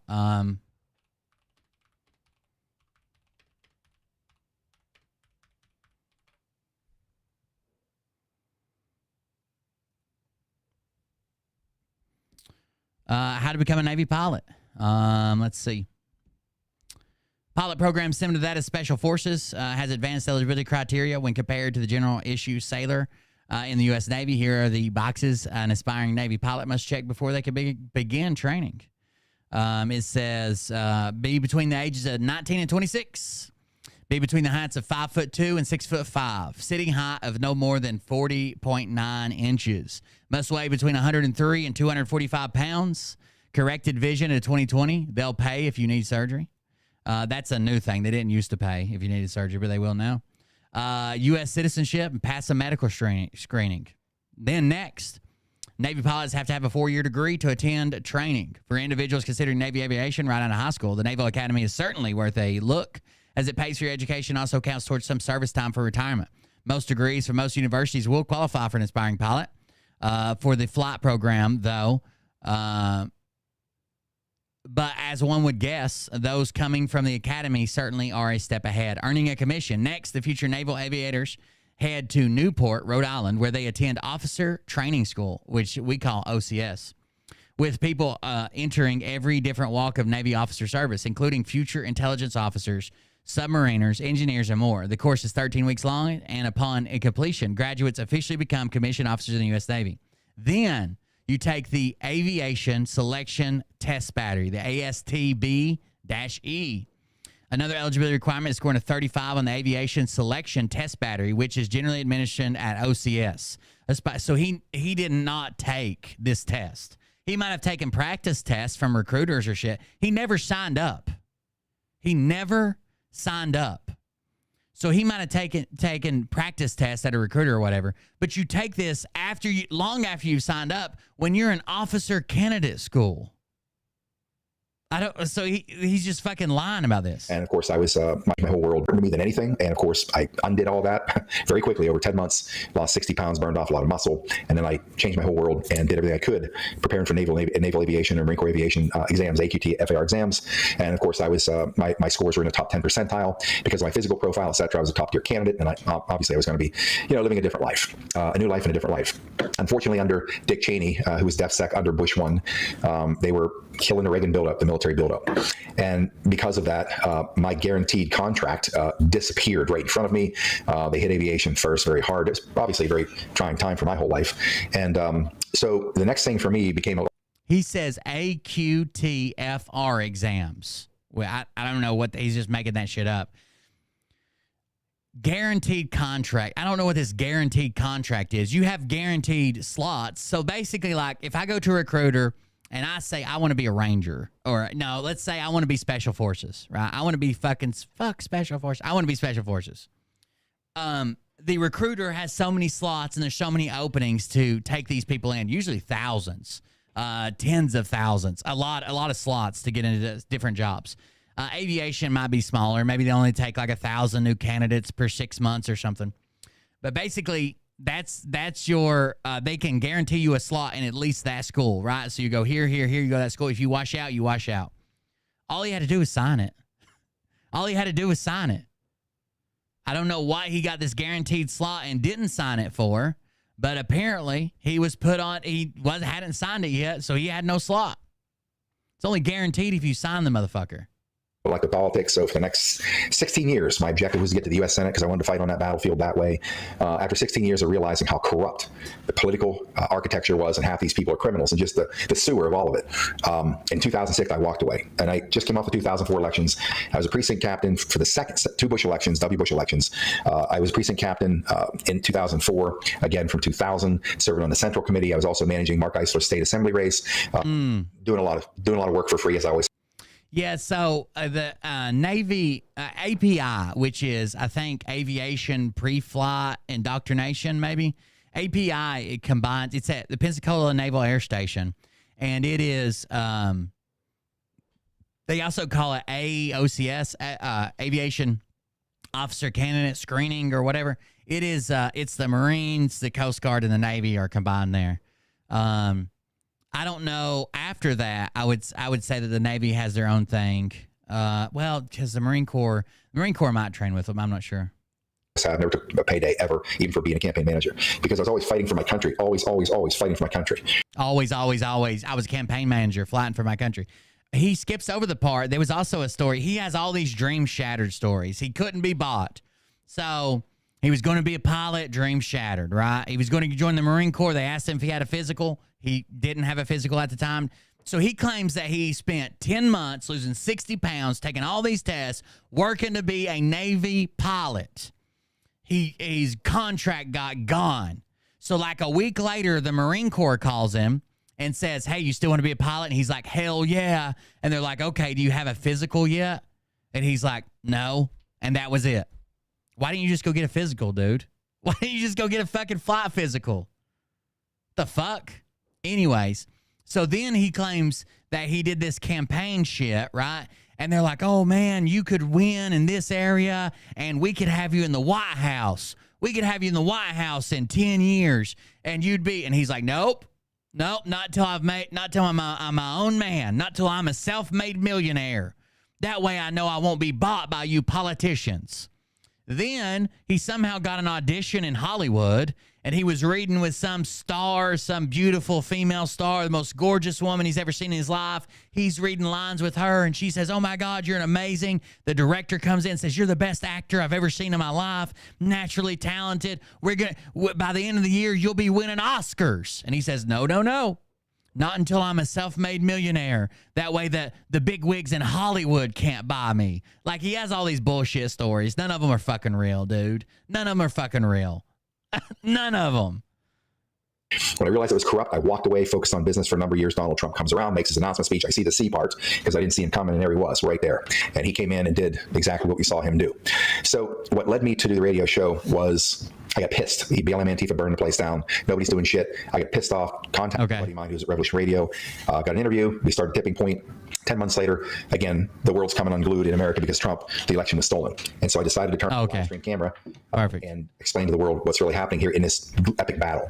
Right. And what he explained to the world is that Donald Trump, this was actually a military operation, that the ballots were watermarked, that Biden would never be inaugurated, that Donald Trump would be back in within a few days. They were going to announce it to the whole world and expose all these satanic, evil, fucking lizard people that ate babies from these tunnels where they grew them on baby farms underground, and that everything would be back to normal in a few weeks.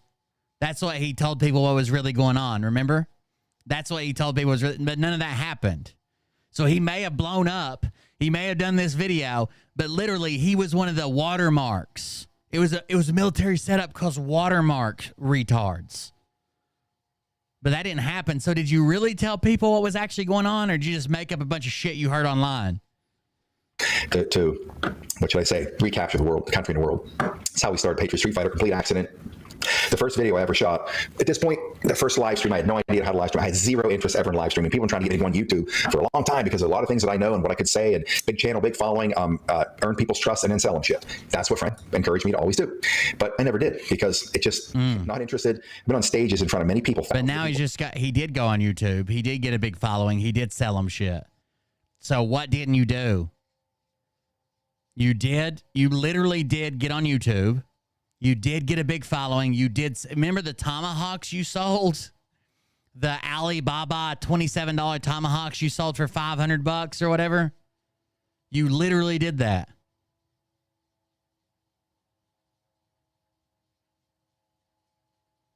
In the competitive bodybuilding world, public speaking. I mean, because a lot of things that I know and what I could say. At this point, the first live stream, I had no idea how to live stream. I had zero interest ever in live streaming. People were trying to get me on YouTube for a long time because of a lot of things that I know and what I could say, and big channel, big following, earn people's trust and then sell them shit. That's what Frank encouraged me to always do. That's exactly what you did, bro. But I never did because it just, not interested. When did you not do that? I've been on stages in front of many people, thousands of people in the competitive bodybuilding world, public speaking. I'm in my mid-20s. I'm speaking in front of 10,000 people at convention centers. So I've been in that world.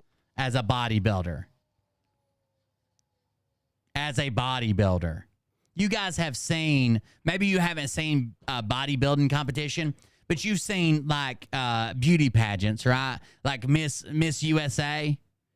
When they're like, what's one thing you would do? And they're like, I would make the whole world be world peace and stuff. That's what what is you think is your greatest accomplishment? I pick up heavy things and I put them back down. Everybody fucking claps. You weren't exactly orating speeches that changed the fucking world, bro. Prior to all of this, I know what it's like to now be in a world where you have a spotlight on you to some degree. And what I do know, and I learned back then the whole way through, once you step onto a stage and there's a spotlight on you, people just start to attack you, even friends, backstage, people you spoke with. And here's what I saw through the course of those years as a public speaker, how once somebody got a taste of the stage, a live audience, all the clapping, the ass kissing that goes on, the hero worshiping, all that stuff. Never had it before. And I watch them get it. And I watch them lose their effing mind. I watch it turn into a drug to people that I've known for quite some time. It turns into a drug, and I've never seen anything like it. And that's why, and the backstabbing, all the bullshit, that's why I always resisted doing what I do today. Wanted nothing to do with it. Of course, but you did it. People like, where have you been? Like, first thing I say, where the hell have you been? Like, you're so good at this. I can't believe I never heard of you. Well, you never heard of me because I wasn't interested, number one, in being out in the front, number one, because I know what comes with it. It is the bullshit. I was willing to do it on a political level, and what are you going to do? Every day of your life, 50% of your constituents hate you. I asked this to a surgeon I asked him, why don't you run for Congress? He was a great candidate. All the work he did, he said, because the next day when you wake up, 50% of everybody that you serve hate your guts. Think about it. Democrats hate every Republican. So anyways, that stayed with me. But the bullshit that I've seen when people get a taste. That's not even true. I mean, like there are plenty of people who, the people that support them could care less what their fucking party affiliation is. If you represent the people, then you represent the fucking people. Of a camera, microphone, lights, audience, whatever it is. And they've never done anything like that before. It's their first taste of actually being in a public space. They lose their fork in mind. Hell, I buy bots on Twitch at 6 o'clock in the morning, I guess. I ain't got no room to talk. Actually believe they're in the press. They actually believe all the years that people are taught to clap. Somebody walks in, they're taught to clap. They're taught and programmed to clap. With speakers, I've watched them, like, they believe it. They buy into it. Like, I am that amazing. They do. I've seen it forever and ever and ever. And so, God damn, how far are you going to tug that hat down? And then when it's no longer them, but it's you, then come the attacks. And and all I ever saw with that was just weakness, poor self-image, esteem. I'm watching the video right now. Chill. Whatever it is. And that's why I stayed out of being out. Scott McBuy my bots. Until now it was necessary. And I was willing to say, okay, I got to do what I got to do because I can't sit in the sidelines anymore. They're butchering babies, folks. They're murdering babies. They're killing newborns, raping and killing them. What? Who? Why don't you report these people? Who is raping and killing newborns? Where? Who? I'm so confused. Everybody knows about it, but nobody reports it to the police? That's what's going on in our world today. There's a massive rogue military, underground trafficking machine run by the clowns in America, rogue military, Washington, D.C. politicians, the highest levels of our government. I thought he was going to go with, like, they're killing babies with, like, abortion, but raping? The British royal families all across the world, the Vatican, you name it. That's what kicked me into action. I'm not living on a planet and doing nothing about this. I don't care if they fork and kill me. No F-bombs today, I promise. I'm telling folks Revolution Radio because that's when it gets me booted. That's what I started. Two things, babies and soldiers. Soldiers being used as cannon fodder for international bankers. That's what started this war. That's why you gave it. That's why. So he's very aware of soldiers being killed overseas for rich people in oil. But he also diminishes the award that they get for being wounded in combat, the Purple Heart, and gives it out to his buddies for losing YouTube channels. He desecrates the Purple Heart and gives it out to his friends when they lose YouTube channels, because that's the same as being wounded overseas by the enemy. Okay. Now, I learned relatively quickly once I started Patriot Street Fighter. All of a sudden, here come the attacks. Here come the attacks. People that know nothing about you. They have no idea the sacrifices you made. They know nothing about the sacrifices you made. Anybody that sits around and brags about the fucking sacrifices they made hasn't done shit. If you've made all these sacrifices, people would know about them. You wouldn't have to say shit, right? I don't come on here and say, you know what all I went through to get a computer set up with a camera. The sacrifices I've made. But they attack, and then somebody says one thing, and then it spreads. And the other people start jumping in, attacking, and then it's like a lie. You repeat a lie over and over and over. You start believing it yourself. And unfortunately, that's the world we live in because the Matrix programmed it in us. During the Great Awakening, that's the come to Jesus moment we're all now looking at right now. Because everybody can claim to be a patriot. They can claim to be enlightened. They can claim, I'm doing this for this reason. You can claim whatever you want. We have passed over that turning point. Okay. Consciousness of the planet is rising, as is humanity, the Christ consciousness on the rise. And we're at a point in time where you just can't bullshit the universe, you can't bullshit your maker. In many cases, you can't bullshit your audience. Can't bullshit them. Because they'll figure out what's true and what's not, inevitably. So here we are in this case now, I'm getting attacked, big deal. I remember... Big deal. It's not a big deal. I've posted about it for 3 days, now I'm making a video about it.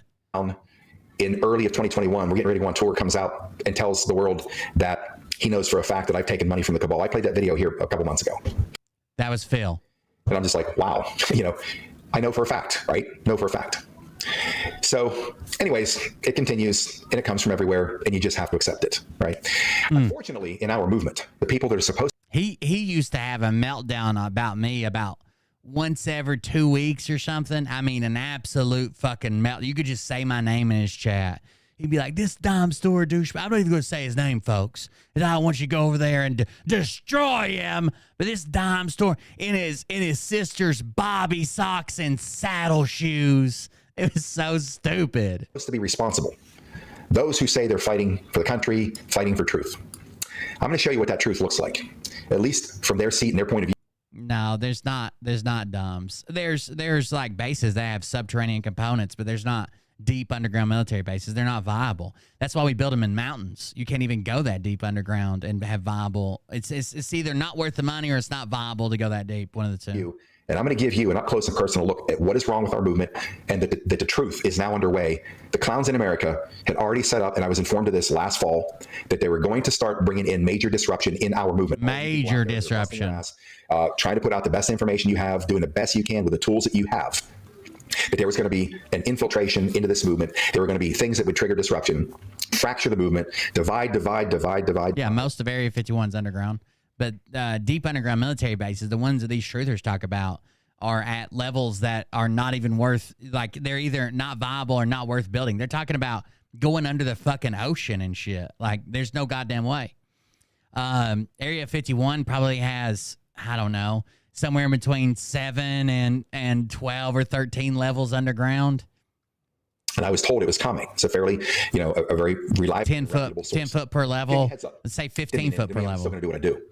However, we now have this latest attack, and it was just something about. Some of these motherfuckers believe that all water's connected, and they use submarines to go from like Lake Havasu to like the Finger Lakes to like a lake near my house, and they go to the Vatican, pick up kids and shit. About this one to just push me over the edge, and that's why today we're going to have this discussion. Camera's out of focus, bro. I'm going to show all of you people what the problem is in our country that led us to this place. He's so little, his automatic focus won't pick him up. Today, in every way, everything that we're fighting against. I don't even know what it is focused on. It can't tell. Something closer than him. It's not his microphone. What the fuck did it focus on, dude? Everything we now must fight for because of this dynamic. And I'll tell you about the dynamic after we watch this short clip here of what we see in our movement and what is, in my opinion, it could be an infiltration, an implantation in the movement, or just major, massive egos that are so addicted to the camera like they were once. Egos. Ecstasy and marijuana after they were arrested. Oh, yeah. That's a, damn it, that's from Gene Decode. That there are maglev trains to where you can hop on in Arizona and be in Japan in 3 or 4 minutes. Underground, they go under the ocean. Or another one. I want you to see what is a greater threat to this movement than anything on the outside of it. It's this mentality. If we can roll this, Jason. Yes, deep sea research facilities do exist. That's a thing. Sure. That there's a difference between a deep sea research facility that has to be traveled to and people stay on it for months at a time or whatever, and the guy has to go shit in the water and the fish eat it, and a tunnel that goes under the ocean to the Vatican. And let's go ahead and roll this video. Talk about where we kind of pick up where we left off. But before we do that, I want to go back a little bit, and I know that you have a message that pertains to Scott McKay you want to clear up. So you had a glitch with your internet, and so I repeated a viewer question, and it was something to do with. I did see the video about the guy talking about how he has to go out and shit in the ocean and the fish eat it. That was pretty crazy. A girlfriend, and it was that Goldilocks, and it was. I guess, that's right. They pop out the bottom, but girl. Goldilocks, and neither one of us. I don't know anything about Scott McKay's girlfriends or whatever. And so, please explain and clear up what you'd like to clear up. Yeah, all right. We got the wrong video. Please bring the right one up. Right. How mad is he? Video, please. All right, hold on. Stop. That's it. You got the right video now. That's Scott in his bodybuilder days. Stop it, please. Stop it, Jason. Hold on. We're going to get to the right one. The producer. We'll call him Mr. Producer. We'll call him Mr. X, the anonymous producer. God damn it, Jason. Stop it. I don't think you were supposed to say his name, Scott. I don't think you're supposed to say his name. Why did you spend all this time not saying his name? And you're like, damn it, Jason, stop it.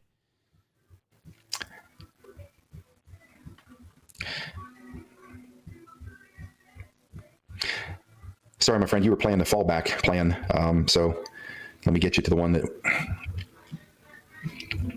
If you got that, please send it over to Jason if you can.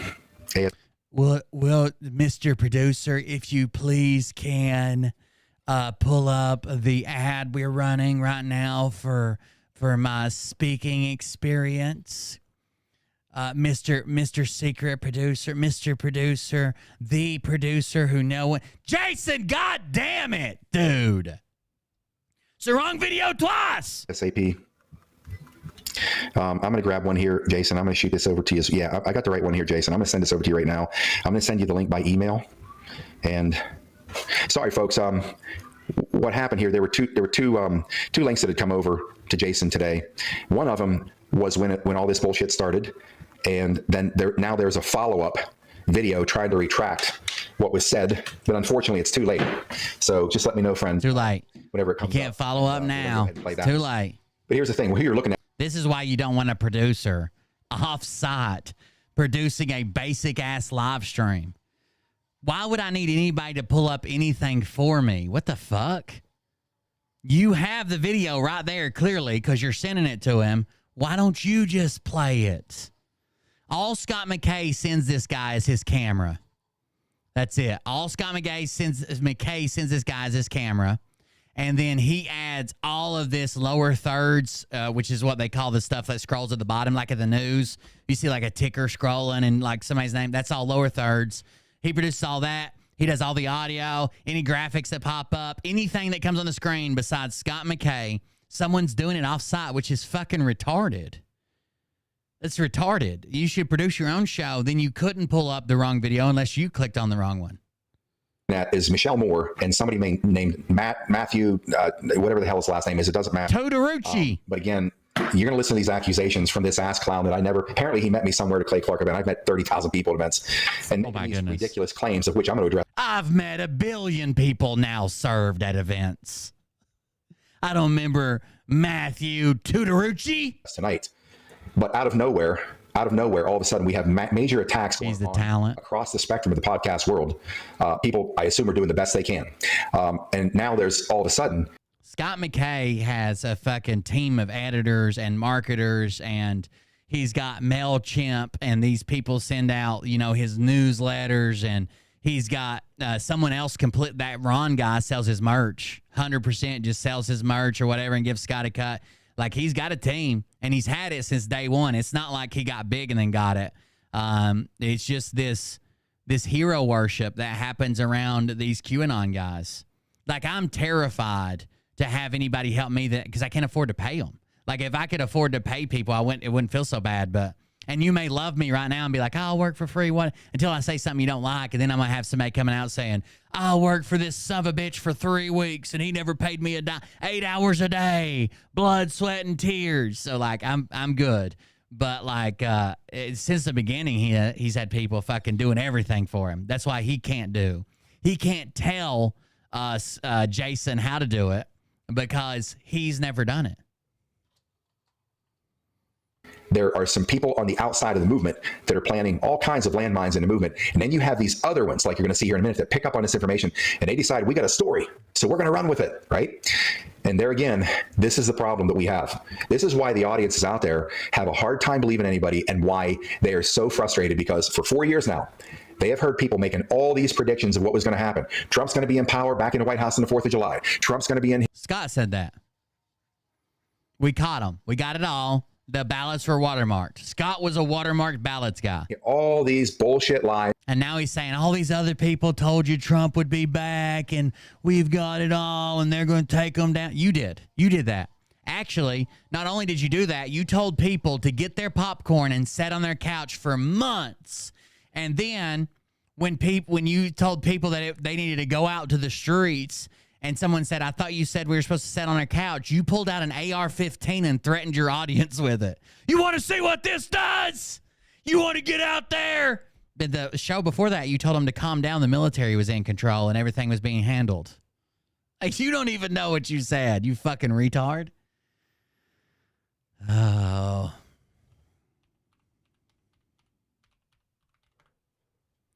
I wanted to see.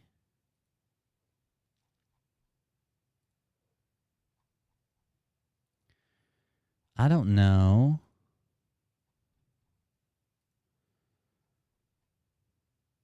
How far his Rumble catalog goes back. Because I know he's had so many YouTube channels, but he just kept making them and they'd get banned so fucking quick. He likes to brag. He's had like 28 YouTube channels banned or whatever.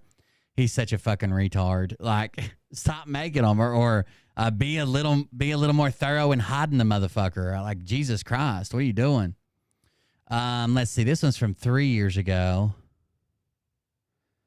Got Charlie Ward on about the outcome of the U.S. election. Let's see what this one is. Let's see if he was one of those people that predicted Trump would be back. All experience. went through a very difficult period when my son was in rehab many years ago in South Beach Baptist Hospital for rehabilitation called Eagle Rider. That's awesome. Yeah, I had a streetlight special recently. Prior to that, back in 2014, I had a fat boy, brand new fat boy. That one cost me nearly my life. I had to drag me out of the grave after catastrophic crash on that. But people ask me, after something that catastrophic, they had to rebuild me like you're not going to get the answer that you want. Yeah. But a friend of mine said, opened up with there as well about the piece that you found in the last few years. I found a piece that I never knew was there.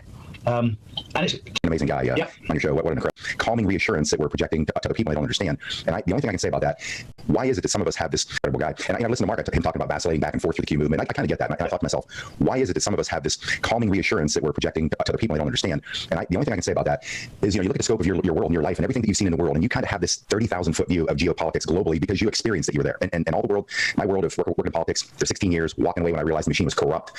And so when you're following this track of the world, not just your country, for decades, and you're seeing all these pieces move around on the chessboard, you have a different viewpoint. So now when this comes into play and you see things happening, you didn't just show up in the last election or the one before that. You've been seeing this chess match go on for decades. So all I can say is the reason we have so much comfort in what we see is because simple fact is we're seeing a chessboard and a game that's been played for decades, at least once we got a seat at the table to watch that game. And now that we see whether somebody's gambit, which is something I don't really understand on chess because I'm a chess player, but I've picked it up on Netflix. Now I see how these guys play. Now I see how Trump plays. And so when I'm watching this, it's absolutely fascinating. And I know you have people call you all the time and say, Charlie, what about this? And it's like every little thing that happens, people are freaking out. And they call me and ask me, and I'm like, I have no idea. But this is the greatest show on earth, man. Just enjoy it and watch it. The inevitable outcome is going to be the same. That's it. Just enjoy this thing. But people have a hard time with that. They do. And I had a conversation with two beautiful young ladies from Australia this morning, Carly and Julia, and we were talking about the top man at Qantas coming out and saying that you won't be able to travel on my planes unless you have a vaccine. And I said, isn't that beautiful? That the darkness can show their head up so bright so that the light can see very clearly who's evil and who's not. I said, you don't have to guess anymore. You can tell very clearly. And I said, what will happen is you'll see the collapse of that company because people won't use them. And I said, you may have Kangaroo Airlines or Wallaby Airlines, but it'll be a new one. And it'll be on the bright side rather than on the dark side because we're living through a war between God and Satan. And it's very, very nice to see the white hats, for the want of a better word, show up. But we can see who the black hats are. And they're sticking their head up all over the place. And it's good to see. That's the fun part, and that truly is. And I've said this on my show. I started doing a radio show about a year ago called The Tipping Point on Revolution Radio because I decided to get off my ass and do something. Once I walked away in 2006 because I realized the machine was corrupt. I didn't want to end up in Washington. Trump announces, I'm like, this is it. I texted people around the country. This guy's going to win a nomination. He's going to be a landslide president. I got beat up for 18 months when I went to Facebook. But when you see all of this happening, for me, the greatest thing is that this is a smoked out operation. Everybody, it's a consistent dialogue I have with people. Why aren't they arresting people? Is Barr corrupt? Is Durham corrupt? Are these guys, are they going to do anything? All I can say is I don't know where they stand. I can tell you this: all of them are being smoked out. These cockroaches are now out in the open, fighting for their life. They have to because they're in a death spiral. They have to show their hand. And now when you see these people coming out like Christopher Wray, or we'll talk about Gina Haspel in a minute. Yeah. They're in a death spiral. They got to show their hand. I'm sure you have. But I'm looking at this, I'm like, holy Mary, Mother of God. Another one. I can't believe it. Watching these people have to step forward.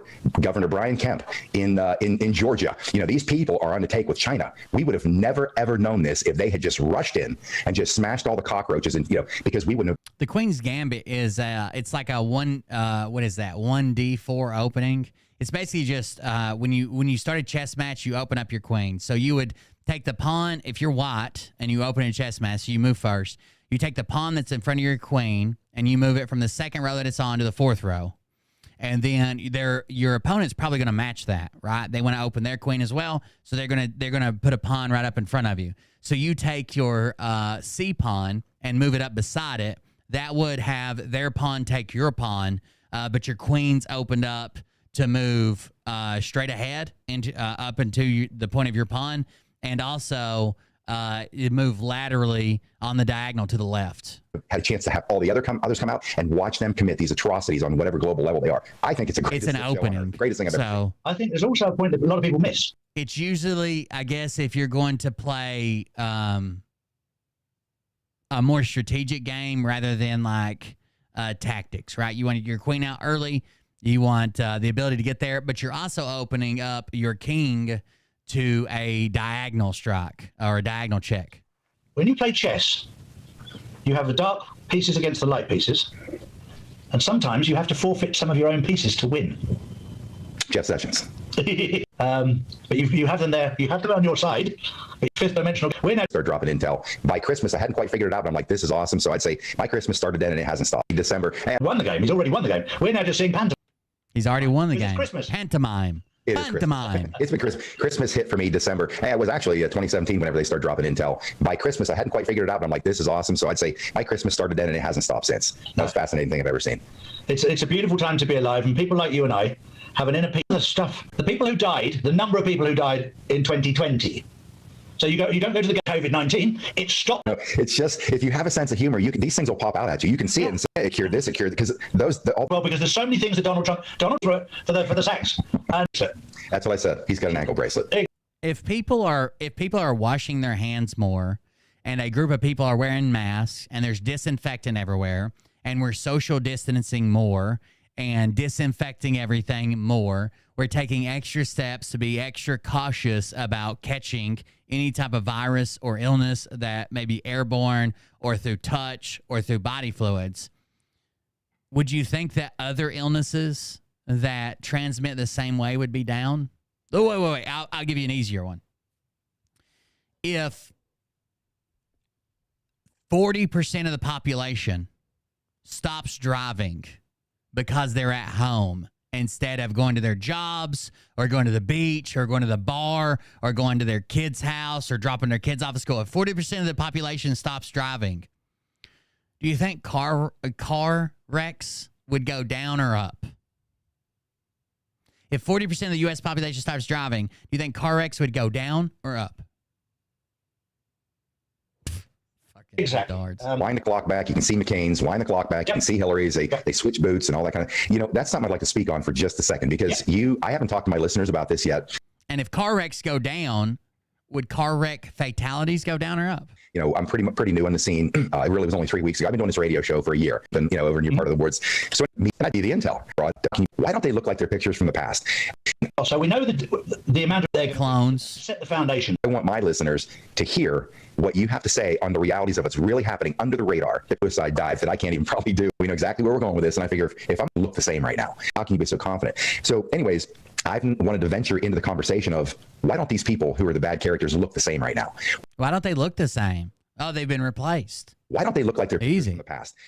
What's really going on here? And you and I, we know exactly where we're going with this. And I figure if I'm going to dive into this swimming pool, I'm doing it from a 20-foot diving board in a suicide dive that I can't even probably do. It's the people that keep listening when they're like, Trump will be back this day. He's got all of it. Biden will never be inaugurated. Trump will be back in May the 5th or May the 15th, or the rates on the hotels are going up. Trump's coming back and this and blah, blah, blah, blah, blah, blah, blah, blah, blah.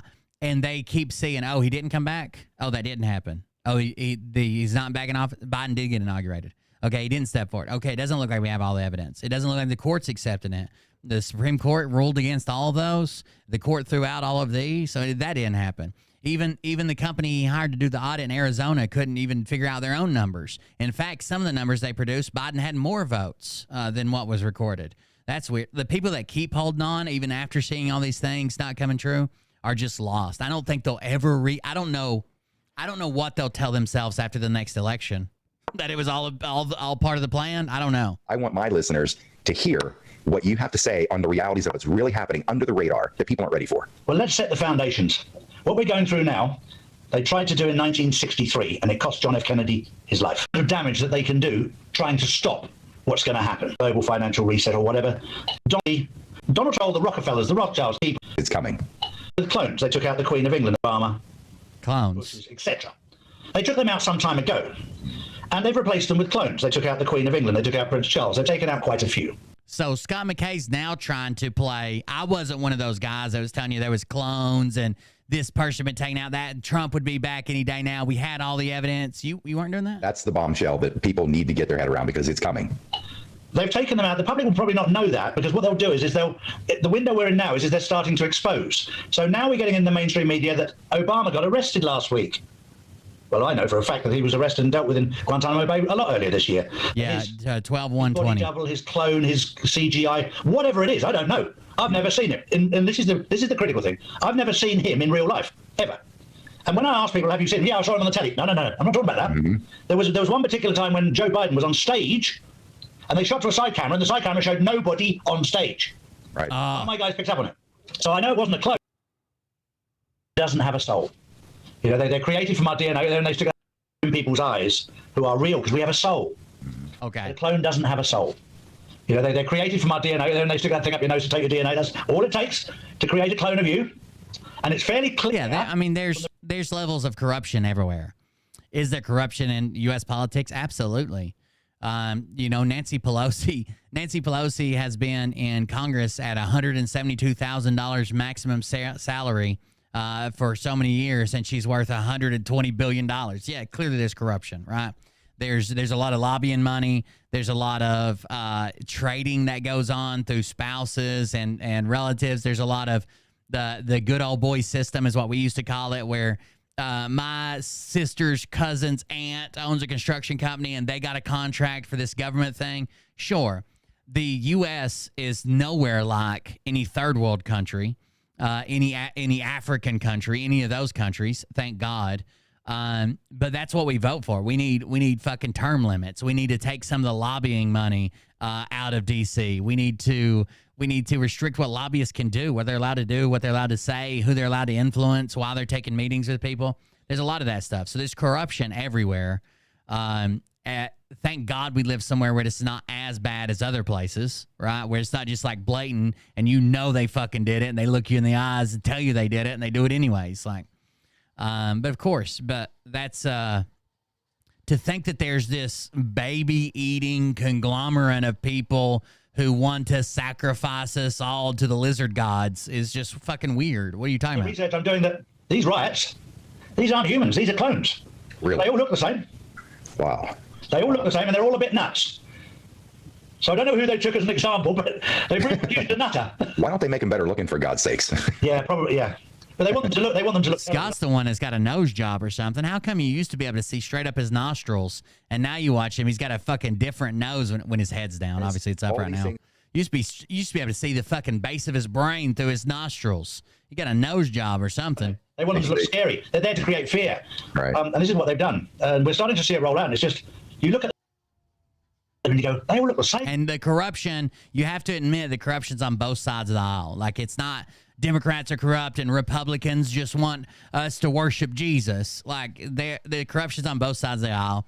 And some of it is, like, somebody's going to say all corruption's corruption. Some of it's a lot less than other things, right? Some of it's like, oh, well, you know, we just happen to have my dad's uncle just happens to own a construction company that, you know, works for a government contracts, and he seems to get a lot of them.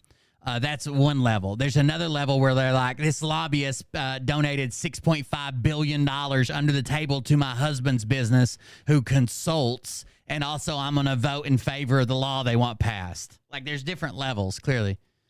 They're not black, they're not white, they're in between. There's double meanings, sometimes triple meanings, and everything that Intel has dropped. I probably should have thrown 17 out there. I wasn't thinking about it. But again, you got your own place now. They're already targeting me, taking my stuff down. So they'll times triple meanings and everything that is. And we've seen this many times. You want to call it?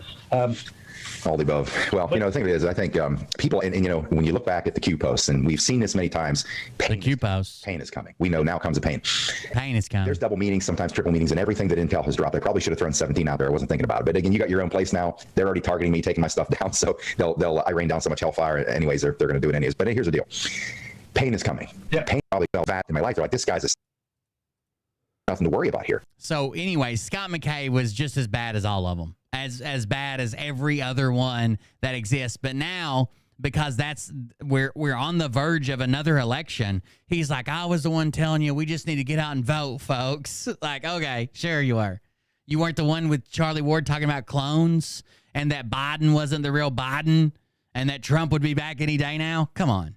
To drum up, I'm guessing, view count or whatever they do, never ending. And right now we got a population in this country that are so frustrated. That's it. Can you play the audio on that?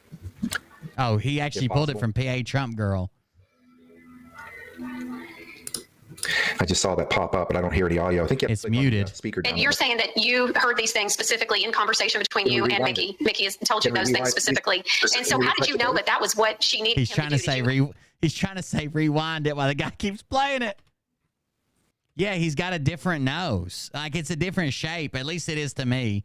Like, I might be wrong, but it looks like he's got a different nose. All right, just okay. Well, listen, Jason. Please just listen to me for a second. Just refresh. If you can refresh the page, then it'll start the audio at the very beginning. Just refresh that page, and we'll go. Make sure the audio's playing.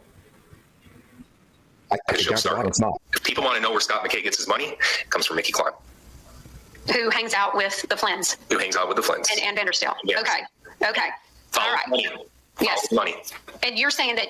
By the way, even outside the Matrix, Q Rash, PA Trump girl got it wrong, saying Mickey Klein is Goldilocks we keep hearing about on the financial side. That was never true. We called that out in the first one, and that's what they had to make the correction for. I think he got a nose job. You heard these things specifically in conversation between you and Mickey. Mickey has told you those things specifically. And so how did you know that that was what she needed him to do? Did you ask him the same kind of questions I'm asking you? Like, well, what do you need him to do? Or was she making that clear already about the state national stuff and that she needed him to push it? And why would she need him to push that? Why would she need to push the assembly stuff and the state national thing? I don't really understand that. I think it too, because like he wasn't pushing the bond stuff either. And so, you know, sometimes these patriots like Scott McKay, they might have a conscience at some point, and they might be like, I don't want to, you know, produce this at all. But they're handled by Mickey. Mickey is an asset to somebody else who handles her. So Mickey's there to keep these patriots in line with her money. I'm going to pull your funds. She would tell me when Scott would fly into Phoenix to meet with her. Okay. GPAT1 is asking, is Mickey the Goldilocks that Scott refers to? Matthew? Yes, you there? Yes. Okay. So GPAT1, it's okay. GPAT1 was asking, is Mickey the Goldilocks that Scott refers to? Yep. Okay. I don't watch that show, so I didn't know. Yep. My dar says, sadly, we went to a reawakening in Michigan 2021. So yes, the seats everybody's like, why is Will making such a big deal? He just got the fucking name wrong. Because this is the things. If you don't have every little fucking thing right, this is why I was upset that I pulled up the wrong picture when we were talking about it. If you don't have every little thing right, that's what they'll hone in on. And they'll say, oh, my God, you didn't even get my girlfriend's name right. That's my girlfriend, not Mickey. Clearly, if you can't get this right, you can't get anything right. Emission were $250 a seat. Laughing at the Sky said, I totally distrust this sovereign citizens movement. And Bell 25 said, these patriots are just trying to get us all arrested. Do you feel like that's what's going on here? 100%. The reason why all these people start coming out like Ann Vandersteel to get us on board with state nationalists and David Strait, they're all in bed with one another. They act like, oh, I don't really know David, but I'm going to bring him into our group next thing you know, a week later, David and Bonnie are on our Zoom calls. You know, they pretend that they've never talked to each other. It's a lie. They're all in bed with one another. We record our documents. They never address how wrong their predictions are. They never cover them. They never whatever. The only times they'll readdress the bullshit is when it comes, like they'll say something's going to happen big this weekend. Then something happens 6 months later, and they'll say, see, remember when I told you something big was going to happen this weekend with an airplane? And there was an airplane crash. That's the only time they readdress them. All the other times, they just pretend like it didn't happen. Or if they're directly called out on it and they can't avoid it, they'll say, oh, well, you know, this is a kinetic war, so plans change. At the Pima County Recorder's Office, the government has access now. Here, folks, here are the patriots that are waking up. It's exactly what happened during the Bolshevik Revolution. They had the white hats, they had the black hats. Wishes he had a dad who could. Okay, so could have raised him to be a man. Scott McKay has a handler named Mickey Klein. Interesting. So one network executive who wants me to be on their network had reached out to John Michael Chambers. Recently, I talked to him one night, middle of the night, from Thailand. And he told me about the phone call with this executive. From Thailand? You're going to be on a Thai TV network? He said, tell me about Scott McKay. What can you tell me about him? Because I'm on American Media Periscope, Patriot.tv. So, moving around too much, got a blurry camera. Here's the first thing out of his mouth. He said, well, one thing you need to know about Scott McKay is nobody tells him what to do. Now, we have this ass clown who's saying that I have a handler with Mickey Klein, and Mickey Klein is the one that funds me. Another joke. You see, I've been on this channel from very day one telling people how I fund my operation. My operation is funded with my relationship with Dr. Kirk Elliott. It's funded through Operation Tomahawk. It's funded with my product that Mike Adams created for me. I spent all my life in the wellness industry. He created a collagen product for me, which you don't see much of that for other reasons. Well, it's at the bottom of the page, scrolling constantly. But yeah, we don't see much of it. Conflicting interest reasons that I have to abide by, and also Root Brand, same thing. I don't talk. Discount on new PSF collagen product developed by Mike Adams at psfhealth.com. Yeah, we hardly ever see it, Scott. You don't see much about that because it's conflict of interest. What? What is that at the bottom of the screen there, Scott? Discount on new PSF collagen product developed by Mike Adams at PSF. You must have been talking about a different collagen product that happened to be developed by Mike Adams that's sold at psfhealth.com. I'm sorry, I was confused. Talk about these things for other reasons, like conflicting interest reasons that I have to abide by, and also Root Brand, same thing. I don't talk about these things. I never talk about them. That's what funds my operation. Mickey Clan gave me a donation once, and you know what? You know what I did with that check? I burned it. I burned it in my own sink, and I sent it back to her. Now, burned it and sent it back. You burned it in your sink and sent it back to her.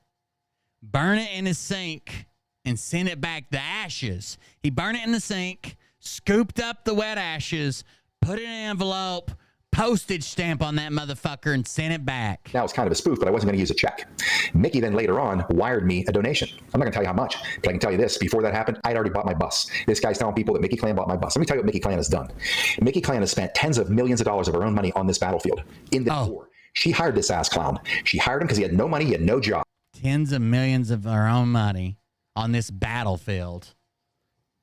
She hired him. I called and checked it out. His shirt looks less pink when his face gets more red. And she hired him, and then she didn't need him for research anymore, offered him 2 months severance pay. He took it. Now, all of a sudden, he's a whistleblower that someone like Michelle Moore picks up and really, really vets here, as you can see. Next thing, American State National. I'm not one. When I was in Sturgis on the first tour, 2021, David Strait and Bobby Lawrence came up to Sturgis to meet me. We had a 4-day event there when Sasha Stone, myself, and Lee Dundas, and Scotty Sachs and Dr. Sandra Michaels were on tour.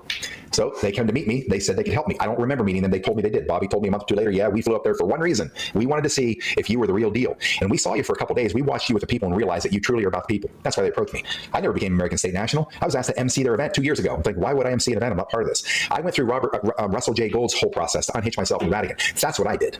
And I hadn't completed. That's the same thing, you fucking retard. I didn't use David Strait's program. I went to Robert J. Gould. I'm not even a state national. What the fuck? What the fuck? It's like saying I don't support Walmart and big corporate Walmart. I buy my shit on Amazon. A small business. The final step of that. So that's where all that is. I know Mr. Amazon and his son. And I'm sure there's some other stuff around in here that I probably could address, but this did. And I hadn't completed the final step of that. So that's where all that is.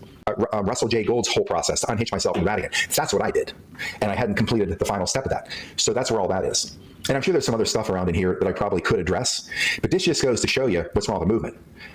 Who is this guy? What's he about? Check out his arrest record. Check out his arrest record and see what this guy's all about, right? These people make up this bullshit is bad enough. And by the way, Goldilocks, they can't even get that right. And he said definitively, is Goldilocks Mickey Clan? Yes.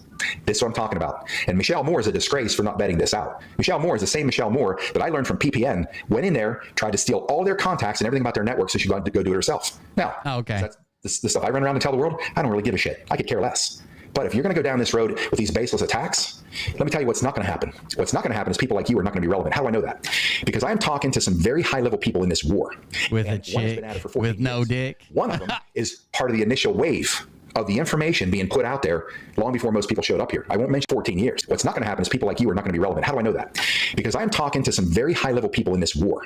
And one's been at it for 14 years. One of them is part of the initial wave of the information being put out there long before most people showed up here. I won't mention their names. I listened to these people years ago. That was all a planned operation to begin the dissemination of everything that we need to learn about. And the second one of them is Q. I won't mention her name, though. It was going to be where people picked it up and went on their own, and we have a podcast world.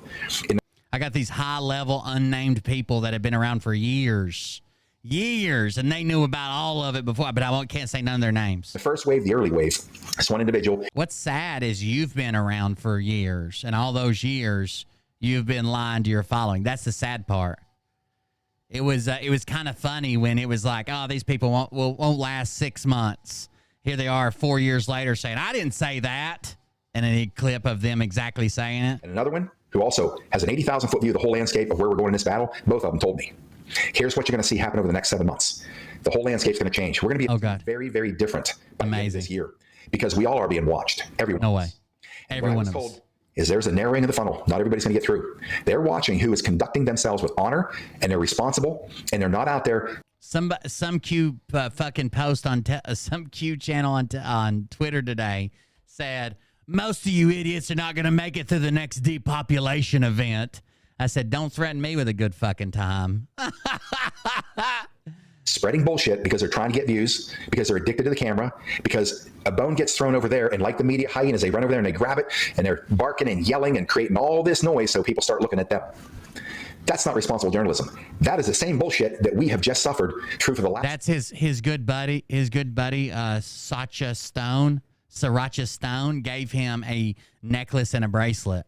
It's biker rings, Sriracha Stone necklace and bracelet.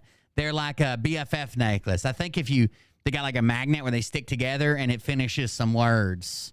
I think now most of them would say like best friends forever or best friends, or one says best, one says friends.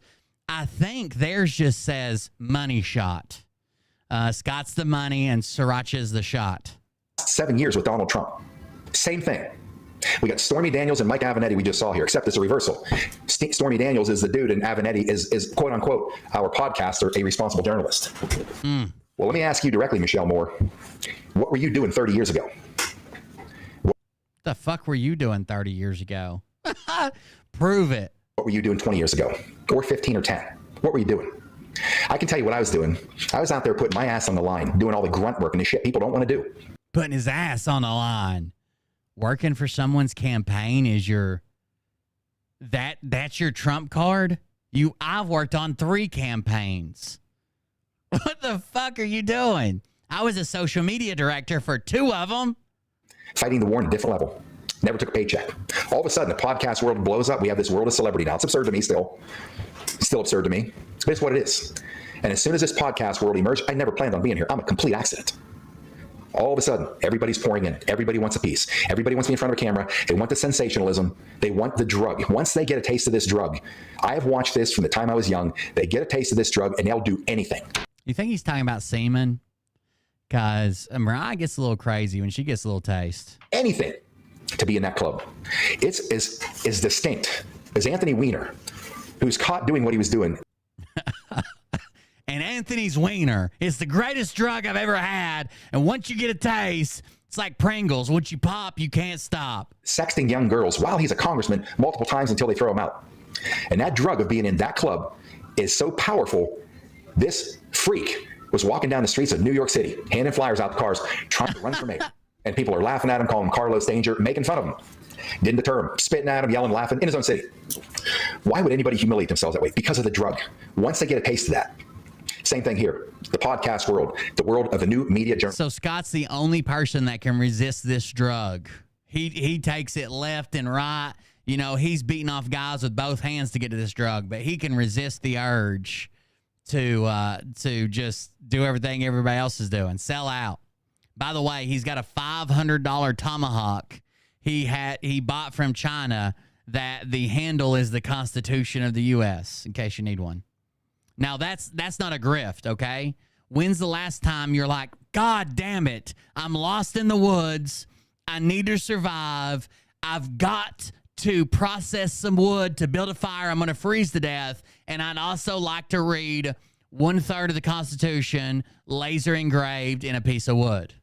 See? How many times does that happen in your life? That's a useful product. That's like shoes. Journalism. They have to have it. They'll say anything or put anybody in front of a camera so they can blow some shit up to be sensational. So everybody will run over their channel. So I will say this, as it was told to me, not because I personally know myself, as it was told to me, a lot of these people won't be here next year or at the end of the year. The table will be clear to this bullshit. Anybody who is proven out there's a profiteer, same thing there. And this clown calling us patriots, once again, I'm going to show you a video of this dude when we come back. Matthew Tucciarucci. On the other side. Once again, I've turned away millions, tens of millions in the last 3.5 years. And I dare say any of these fools out there come at me with this bullshit. The only people that don't turn around tens of millions for what they're doing online, just like I said, everybody has a number. The only people that turn down tens of millions are the people who are already making millions or close to tens of millions. Like someone can come and offer you and be like, I'll give you $1 million. And you're like, well, I already made 800,000 this year, so I'll probably make $1 million next year. And you want me to change something about it? No, I'll just make it on my own. If they had the opportunity that I've had and the offers for money that I've had, they would have taken every last one of them. Every last one. All of them. They'd have jumped on that stuff, and they would have been pulling cash in bags so fast, like it's the drug of public attention. Pulling cash in bags so fast? Well, I hope their 15 minutes of fame works because, again, I'm giving it to them for the first time. I don't draw attention to people's channels when they do this bullshit. Why? Because people want to go look at it and see it and blows it up more. That might happen here. Get one of those tiny fill chainsaws. That's right. But again, I heard the chainsaw's not that big, but if you tug it, the motor to the side, if you pull the motor, if you grab hold of the motor and yank on it and pull it down to the side and push the chainsaw, the bar up to the other side and take a picture real quick, it looks like it's 2 inches longer. I don't know. Seems like a weird thing. Probably dangerous, to be honest with you. The simple fact is, these people are the losers that are causing us out here who've been doing this all of my adult life to work harder to overcome this bullshit. Okay. Spreading lies, attacking other podcasters. Dig into my past as far as you want. I don't have a good thing I don't teach chainsaw safety. I would have failed that one. Criminal record. I wasn't arrested for drugs or coke or marijuana or ecstasy at any age. I've never even seen cocaine in my life. I've never visually laid. You must be real fun to party with, Scott. God damn. Jesus Christ. I've never even seen cocaine in my life. So someone who sees cocaine is what, null and void now? Never trust them? You must be real fun to party with. He's the guy that everybody's getting fucking ripped. He's like, how many calories are in a key bump? Eyes on that. Fuck out of here, dude. Never been arrested at any age. I've never even seen cocaine in my life. I've never visually laid eyes on that drug in my whole life. Never been arrested. But these kind of people, they're the ones that come out here with their fake angel's wings rolling in, here to save the day. You're not saving the day. What? I know I make jokes about it, but so if someone's seen or done drugs, it just decredits everything that they've ever done or said or could ever be. I've seen cocaine once. You're out of here, guy. Ah, damn, I used to buy fucking and distribute 8-balls. I used to buy it and bust it down to 8-balls. And that doesn't just go for you two. It goes across this whole podcast spectrum. You're disgracing the work that we've done to get to where we are. You are doing Russia. And I was a fucking baller, too. Everybody liked me. Russia. Same bullshit. And where did that get the country? We'll come back in a minute here. It's now top of the hour. I'm Scott McKay. We'll see you here in just a minute, and we're going to finish this session. Saving the day just like his virginity. We got to skip all his commercials in the middle of his radio show here.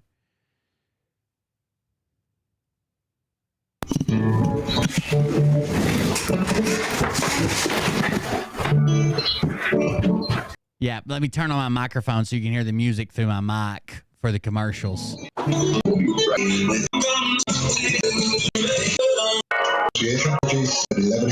Yeah, I wouldn't trust a motherfucker who's never seen drugs. I'm Studio Bed at freedomslips.com.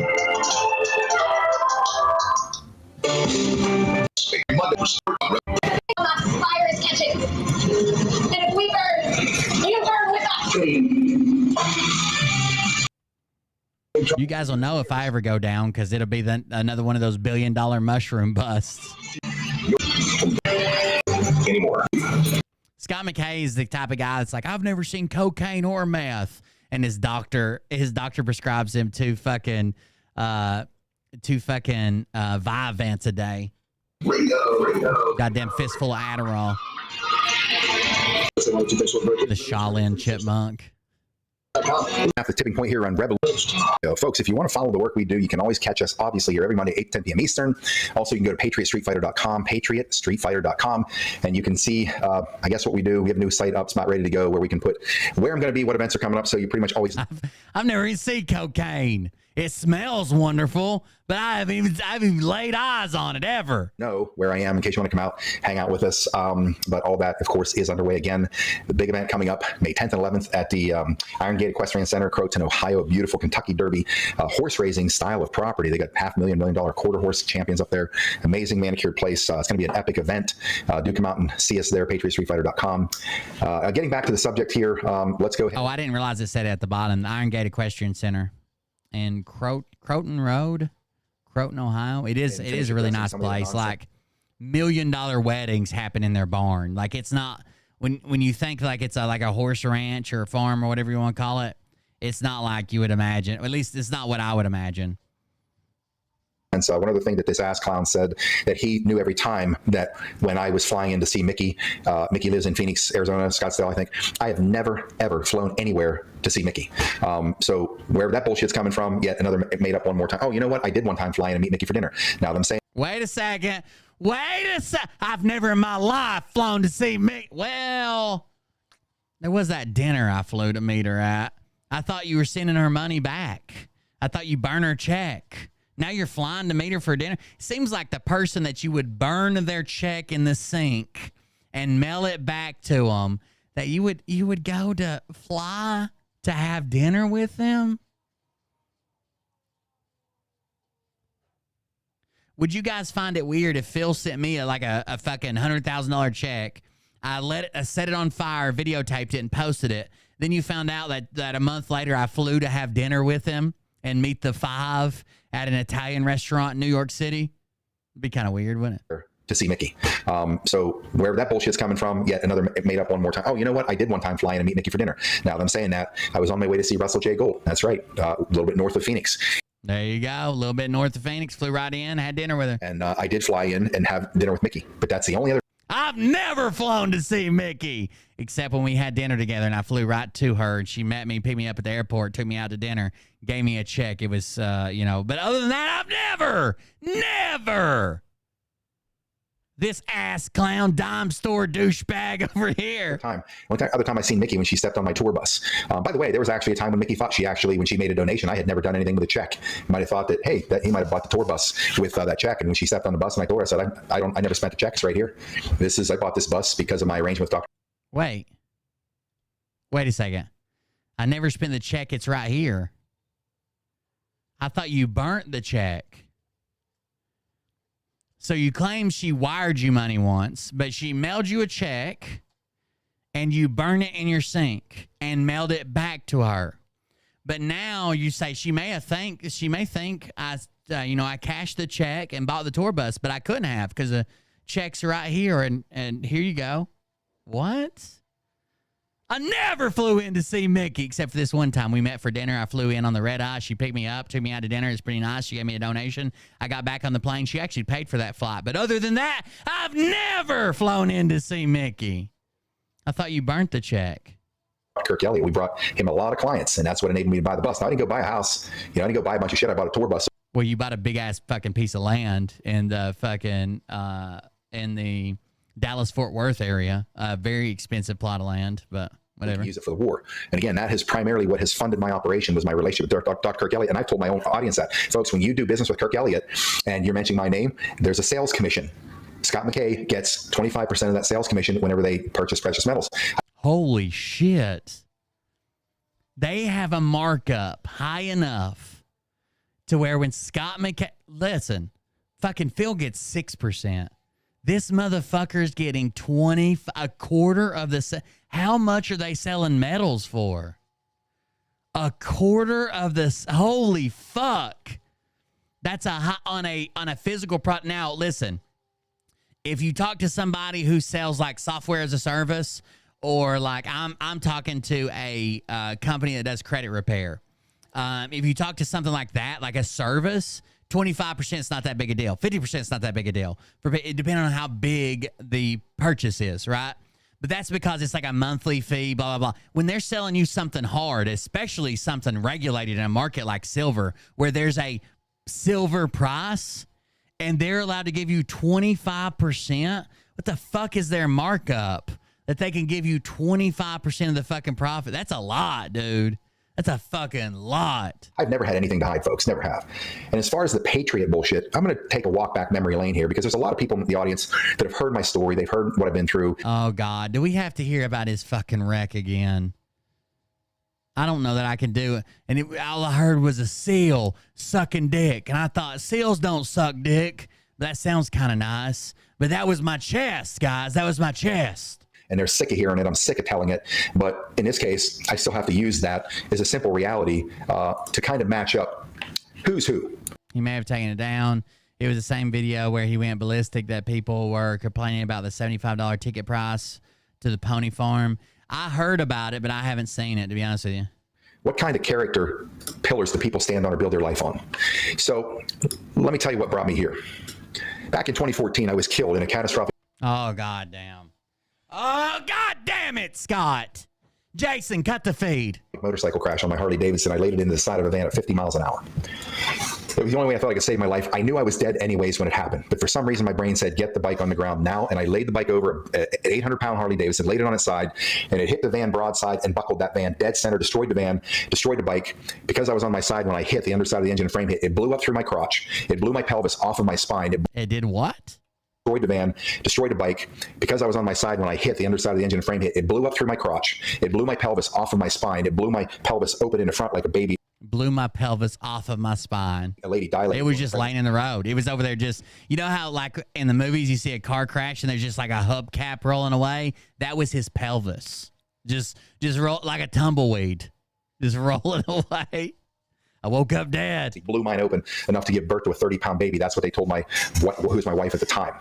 Broke my left femur in 7 places, turned my foot opposite an ankle sprain until it nearly fully severed my foot, destroyed my ankle, vertebrae, rib fractures, trauma in every piece, turned my foot opposite enough to give birth to a 30-pound baby. Opposite of an ankle sprain. You can sprain your ankle to the inside or outside. I don't know what opposite of an ankle sprain is. You can sprain your ankle either way. Yeah, I've done both. That's what they told who was my wife at the time. Broke my left femur in 7 places, turned my foot opposite an ankle sprain until it nearly fully severed my foot, destroyed my ankle, vertebrae, rib fractures, trauma in every piece of my body. I'm face down on the road, and I'm not breathing anymore. A lot of weird shit's going on. Tell me about the seal. It sounds like it's sucking dick. All I could hear was the sound of a seal sucking dick, and it sounds like, you know, the seal's kind of struggling, but the guy sounded like he was having a good time. Then I realized that was me breathing. Going on, and I'm trying to figure out what it is. Blood coming out of my mouth, and when I realized my back's arching because I'm not breathing, my body's trying to breathe, I thought I severed my lungs in the impact. It's grotesque. Do you think he's smooth like a Ken doll? You think maybe they took his parts, or they got blown into a Harley? There's some guy that bought that Harley back from insurance to rebuild it, and Scott's dick somewhere in the fucking combustion chamber. Everything break and tear, and so I realized I was going to die, and I fell into a state of peace, and I put my forehead down on the road, and the wave settled over me. The only thing I remember is the 2 dudes standing on a curb with their arms folded looking down at me. They were driving a van. And I thought, they're going to watch me die. So I fell into a state of peace, and I knew everything was going to be okay. I laid my forehead down on the road, and my brain was talking a million miles an hour. It's okay. You're going to just fade to black in about 45 seconds. It's all going to be beautiful. It's okay. I was going to be making my transition. At some point, when you can't describe fading to black, nobody can. By the way, the first time he told this story, he's like, I was in a crash. You know, my lungs are punctured. I can feel, blood in the back of my throat, and I can see darkness. Every time he tells it, he adds more to it. If we see him again next year, he's going to literally die, and then he's going to wake up in heaven, and St. Peter's riding a Harley, and he gives him a ride back to the local bus stop. He hops on a Greyhound, takes a 14-city tour stop until they drop him back off right in front of the van. Words for it, I don't either, but when you fade, at some point, all I could hear was this horrible noise, and I was thinking, where's the white light? Where's the white light? Because I hadn't completely flatlined yet. At least my brain had not yet. Oh, it's just a horrible noise now? Then what happened, that noise got louder and louder and louder, and at some point, I start becoming self-aware, apparently conscious, because now I see things in front of me, basically the road, the pavement, and it starts to expand outward, and I realize, holy shit, I'm still alive. And I kind of got a little pissed, because I'm thinking, wait a second, I completely settled in. I was ready to go. And I guess God... He got pissed. He was still alive. I'm not coming up here to clean up your language. So I got kicked back on the playing field temporarily because I was nearly bleeding out. Long story short, Nearly bleeding out. I was nearly bleeding. My body was at the point where, like, we don't want to hold blood anymore, almost. But they're like, we can hold your blood a little bit longer. Crash in front of the home of the top nearly bleeding professor of medical school, Columbia University, Dr. Frank Lavalia. He's also on staff at Presbyterian. He was right there, and he was right there in my ear, et cetera, et cetera. And so they were talking about where they could land a chopper in a soccer field up the road. This was in Montville, New Jersey, on Passaic Valley Road. So long story short, there was a medic unit nearby. They heard the call, came right up there, and they went to work on me, trying to keep me alive. They get me to a trauma center in Morristown, and it was just maddening chaos. And I'm on a table, stripped, split, open, blood everywhere, and didn't think I was going to make it. But they kept me alive long enough to get in and start reattaching my foot, and then apparently they didn't think I was going to live through one surgery. And so for the next 5 or 6 days, I kept surviving the next surgery. They kept butchering me to put enough metal in to build a bicycle. I've got 2 screws right into my pelvis, into my spine. I have a plate in the front of my pelvis, so I had to pull it together. I've got an L5S1 fusion. I've got a long plate on the outside of my femur. It starts above my hip and goes down to 4 inches above the knee. 7 or 12 screws into that. They had to rebuild my ankle and reattach the lower leg bone. That's pretty much all the metal in my body. And then I woke up 11 days later in the nightmare of biblical proportions. It's one of those things, you don't want to be alive. You wait 3 weeks, you you beg to die, and you're being treated like an infant every minute of your life. You're crying your eyes out because they're coming in to turn you over because they have to turn so you don't get bed sores. And I'm a rickety picnic table. My skeleton's all bolted together. Somebody find me the news article from this goddamn crash that no one can seem to fucking find. And I'd cry like a little baby.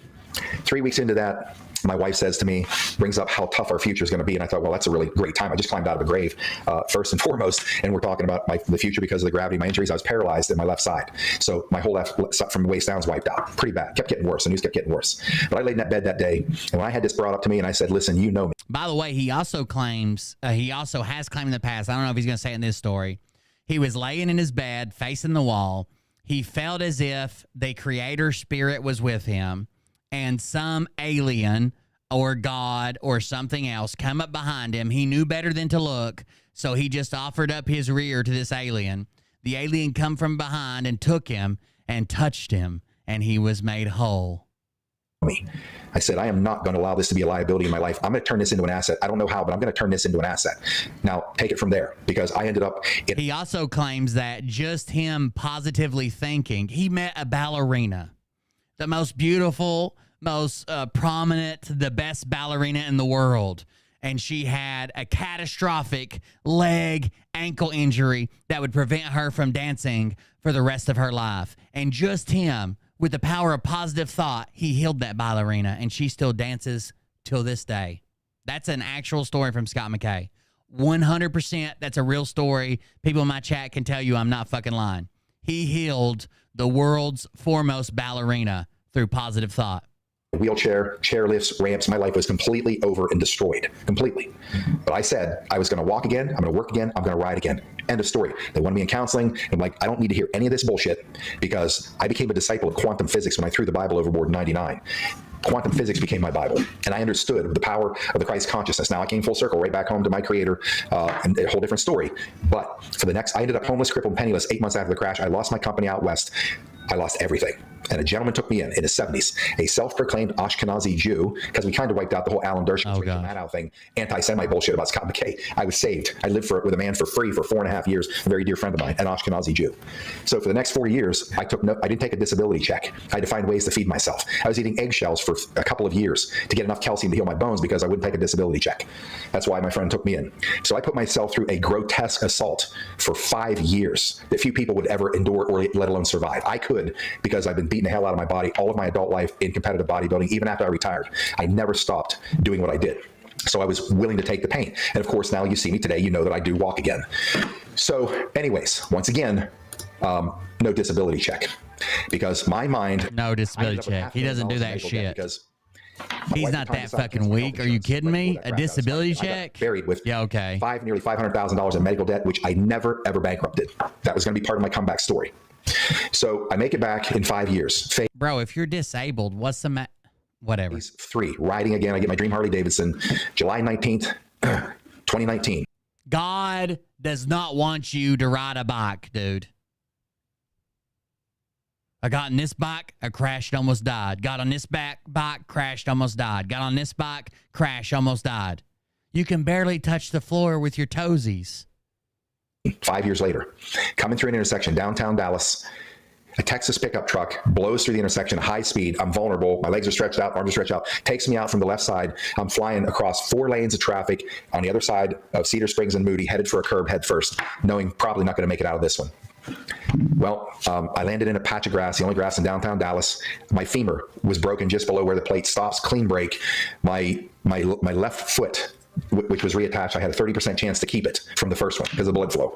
Above my ankle, shattered. My lower legs, 90 degrees, shattered, and my foot's turned inward. I thought, they're going to take my leg this time. So I end up in Baylor Trauma Center. They look at these x-rays. They're thinking, I saw them. They're terrified. Like, holy shit, look at all the metal in this guy. Like, what are we going to do? Then they started driving nails inside of my bones, from my knee upward, inside my feet. I just don't think it exists, dude.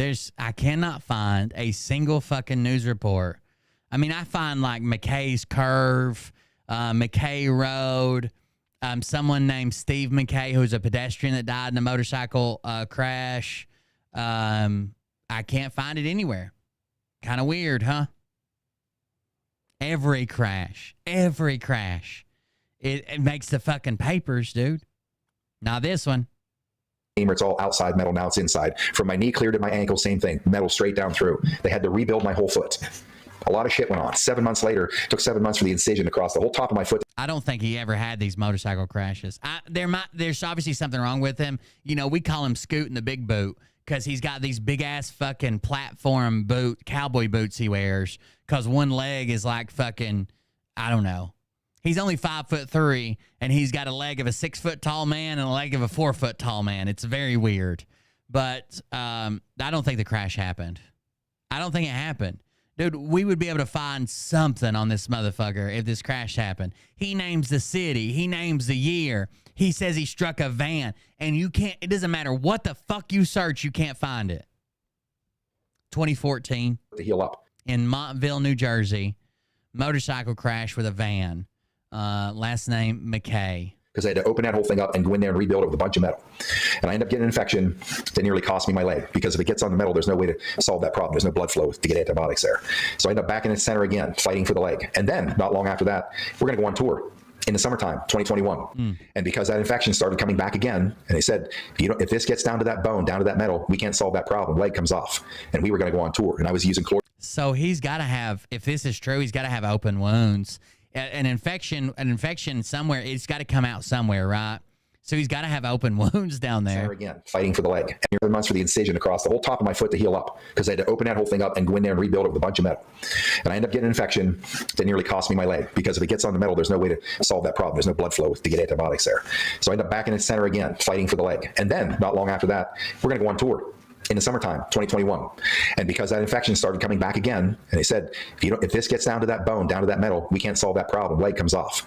And we were going to go on tour. And I was using chlorine dioxide. I said, I'm not doing this shit to myself again. I'm not going to kill my liver and kidneys with all these antibiotics. So I started to do the whole Jim Humble protocol in his book. Chlorine dioxide is going to kill this. It's going to kill. I'm going to do it internally, externally. And I was warned, if you go on tour, Scott, you could lose that leg. And my response to my sister, who's a nurse, I said, if that's a price that I got to pay to be part of saving the country, then the leg's going to have to go. And my security team will tell you the same thing. Dennis was the head of my security. He'll tell you. Take my leg. I'm ready. Carry me on the bus every event all summer, both arms wrapped around them because I would stay on my legs for 8, 10, 12 hours. I've been on an e-scooter and crutches for 2.5 years throughout all this time. And I was forced to stand on my legs and I never, ever sat. I'm done hearing about him talk about the wreck. Dear counselor, this devised that Judge Terrence R. Nealon will hear oral arguments and finish motions for summary. Okay, so a new judge has been assigned in the Phil case. I didn't know this was a thing until I was told about this, but apparently the judge that's there for all the civil procedure is not the same judge that'll be there to hear about, to make a ruling on the summary judgment. It's a different judge. He's got to come in. He's got to catch up. I don't know why that retard in the other chat's like, oh, now the judge approved this and we're going back to these videos. And blah, blah, blah, blah, blah. They've been waiting on a judge to rule on the summary judgment the entire time. He's just making shit up. But it seems like it's going to be on September 5th, 2024, which seems like a long time, but this judge has been assigned now. He's going to have to go through every document. He's going to have to know about this case. Okay. November 20th, 2014, he has a debt to the orthopedic group for $15K. Huh. Anyways, if the crash happened, it's nowhere near as bad. Like, it's like a fender bender, and he may have fucked up his leg or something. It's not a catastrophic crash like he's describing. There's no goddamn way. It would have made headlines. So there's that. It seems like there's a judge that's been assigned in this. And it says, lastly, telephone oral argument will be transcribed as a matter of course. Oh, no. Oh, no. They don't know what they've done, do they?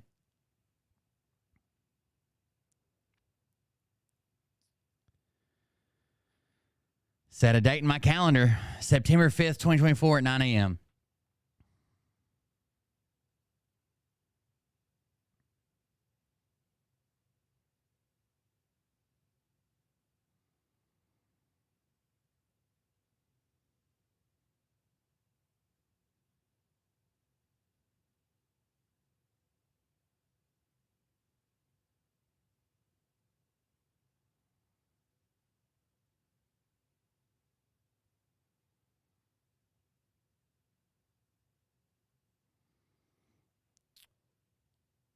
Title.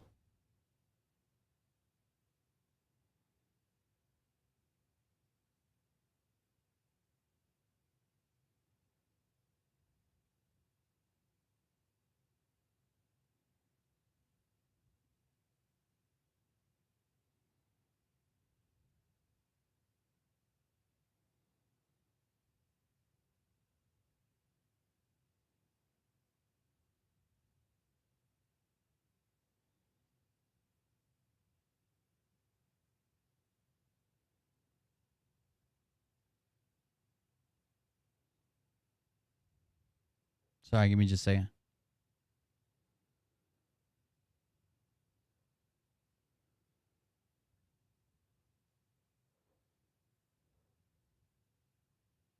I just realized what they had done. But anyways, let's see. There was another document that came out that Phil posted, I guess, on PG Legal Battles. Let's see what this one is.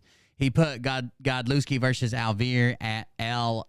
Coleman Law attorneys for Godlewski have filed their response to Rothenberg and Campbell's attorneys for Alvear. Motion to dismiss. As such, Godlewski has added numerous new counts to the complaint and also added new offenses committed by Alvear since originally filing by Godlewski. So let's open this. God, this is going to be a lot of pages. This is an instant action arises from the defendant's continued defamatory, malicious publications and verbal declarations via social media concerning Mr. Godlewski. Beginning on or around December 24th, 2023, and continuing to the present day, defendants have asserted as true, false, defamatory, and malicious information about plaintiff via social media platforms, which include but not limited to Rumble, Telegram, and X, formerly known as Twitter. Specifically, defendants have continued to assert plaintiff as a convicted pedophile, a fraud, a sexual groomer of minors, and he had a sexual relationship with a girl. She was only 15 years old, and he was 25 years old.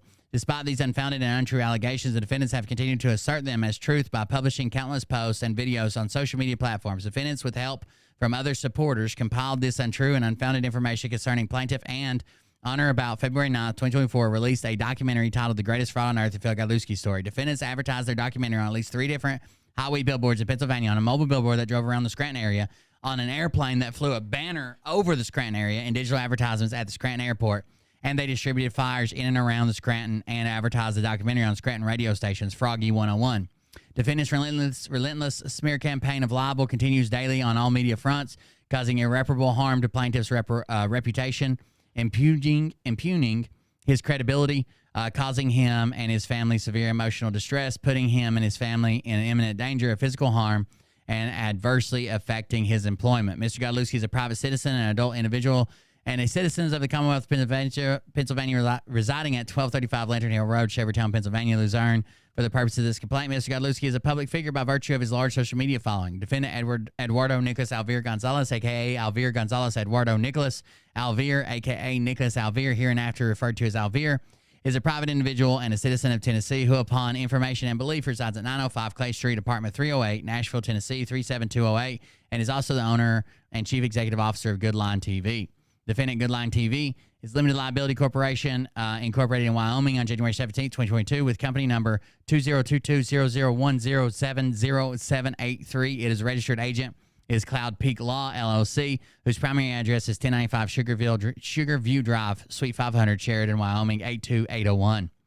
The court properly maintains personal jurisdiction over defendants because defendants' contact with the Commonwealth of Pennsylvania and the Judicial District in particular are sufficient for the exercise of jurisdiction over defendants to comply with traditional notions of fair play and substantial justice, which satisfy the standards set forth by the United States Supreme Court in International Shoe Company versus Washington, 326 U.S. 10310, 1945. And its progeny, more specific defendants, have engaged in conduct contacting the Commonwealth of Pennsylvania as follows. Defendants have maintained web content that was explicitly directed at plaintiff, a resident of Pennsylvania, which related to events occurring within the Commonwealth of Pennsylvania. Defendants have specifically promoted their web content within the Commonwealth of Pennsylvania by placing billboards, ads along Pennsylvania interstates for purposes of including, but not limited to, promoting their documentary, Humiliation of Plaintiff, and aiming at Pennsylvania as their target audience for their web content. True and correct copies of photographs depicting defendants and billboards have been attached and incorporated hereto as Exhibit A. Defendants have specifically promoted their web content within the Commonwealth of Pennsylvania by purchasing electronic billboard space at Wilkes-Barre Scranton International Airport for purposes including, but not limited to, promoting their documentary, Humiliation of Plaintiff, and aiming at Pennsylvanians as their target audience for their web content. A true and correct copy, a correct photo of the airport billboards has been attached and incorporated hereto as Exhibit B. Defendants have specifically promoted their web content within the Commonwealth of Pennsylvania by purchasing and distributing flyers within the Commonwealth. Defendants have specifically promoted their web content within the Commonwealth of Pennsylvania by hiring an airplane to fly over Scranton, by hiring a mobile billboard company to drive around Scranton area, by purchasing 30 spots across 3 stations over 2 weeks of radio advertisements. Purchases including but not limited to documentary, a true and correct copy of defendant's social media posts relating to their radio advertising is here. Venue is properly, I believe that gives them venue. Venue is, he's like, Nick's lawyers are like, we never engage with any agents in the state of Pennsylvania. Oh, really? Oh, really? Venue is properly laid in the judicial district at 228 USC 1391 B1 and B2 because substantial part of the acts and omissions giving rise to the claims set forth herein occurred in this judicial district. The United States District Court, Middle District of Pennsylvania, may exercise original subject matter jurisdiction over the instant action pursuant to 28 USC 1332 because this is civil action where the matter in controversy exceeds the sum or value of $75,000, exclusive of interest and cost, and is between citizens of different states. This court has supplemental jurisdiction over state and common law claims pursuant to 28 USC 1367. I don't know if we get all through all this tonight. What time is it? 8 minutes till. On or about May 24th, Ms. Godlewski filed a defamation lawsuit against Scranton Times, Chris Kelly, Lackawanna County, Common Pleas. This is from 2021, a true and correct copy. Specifically, Chris Kelly, hereinafter referred to as Kelly, wrote an article that was published in the Scranton Times, hereinafter referred to as ST, which accused Mr. Godlewski of having a sexual relationship with a 15-year-old pursuant to a criminal matter that occurred in 2011. The defendants in that case wrote and published false statements, including but not limited to, sorry, I had a hiccup, Mr. Godlewski having a sexual relationship with a minor, and implied that Mr. Godlewski was convicted of statutory rape. The allegations asserted and so published were false and unfounded, since Mr. Godlewski was never convicted of having a sexual relationship with a minor.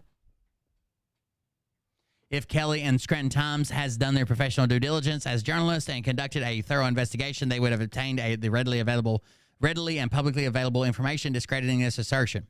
Defendants in this action have extracted portions of the litigation record involving Kelly and Scranton Times, including but not limited to the production of documents, deposition testimony, and other materials most notably publicly available, and misconstrued selected portions to create a false impression of the narrative that the plaintiff engaged in sex with a minor. Despite plaintiff's innocence and continued efforts to clear his name, defendants disregard the Scranton Times record and created a torrent of defamatory publications. In doing so, defendants have initiated a campaign across numerous social media outlets wherein defendant Alvear refers to plaintiff as, among countless other names, a pedo, pedophile, fraudster, grifter, criminal, and convicted pedophile. Defendant Alvear has and continues to appear on numerous podcasts featured on Rumble, which were subsequently shared on other platforms. In these podcasts, he attempts to educate his followers by analyzing the pleadings and respective supporting documents in the case involving Kelly and the Scranton Times. Defendant Alvear is neither a legal professional nor an attorney. Despite lacking legal training, defendant Alvear still represents that the evidence from the Scranton Times case makes it very evident what Phil's past is.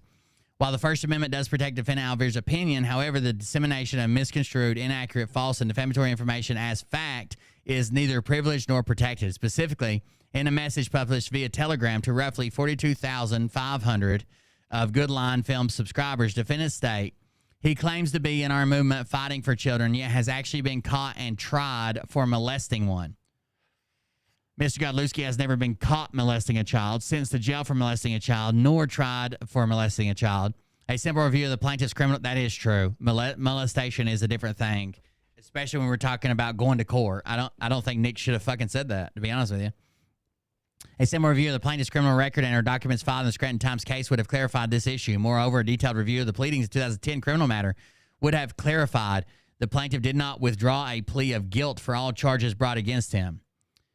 Would have clarified that plaintiff did not withdraw a plea of guilt for all charges brought against him. Instead, plaintiff withdrew his plea of non contendere, whatever the fuck it means. Contendere?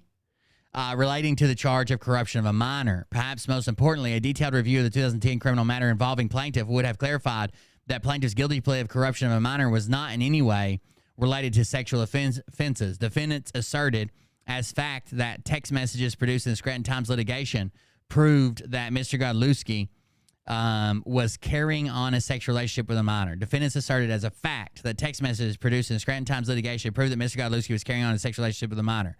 Defendants did not bother to ask Mr. Godlewski whether text messages were accurate or should be ascribed to him. Notably, none of Mr. Godlewski's deposition testimony addressing these specific issues was ever appended by defendants to their defamatory publications. No court has ever determined that these text messages are authentic, admissible, legitimate, that they refer to improper sexual relationship with a minor, or that Godlewski wrote them. So this is true because they've never been to court until the Scranton Times now, right? They were collected by the Lackawanna County District Attorney, but they never went to court because the plea deal and pleading the fifth by Bree and all that stuff.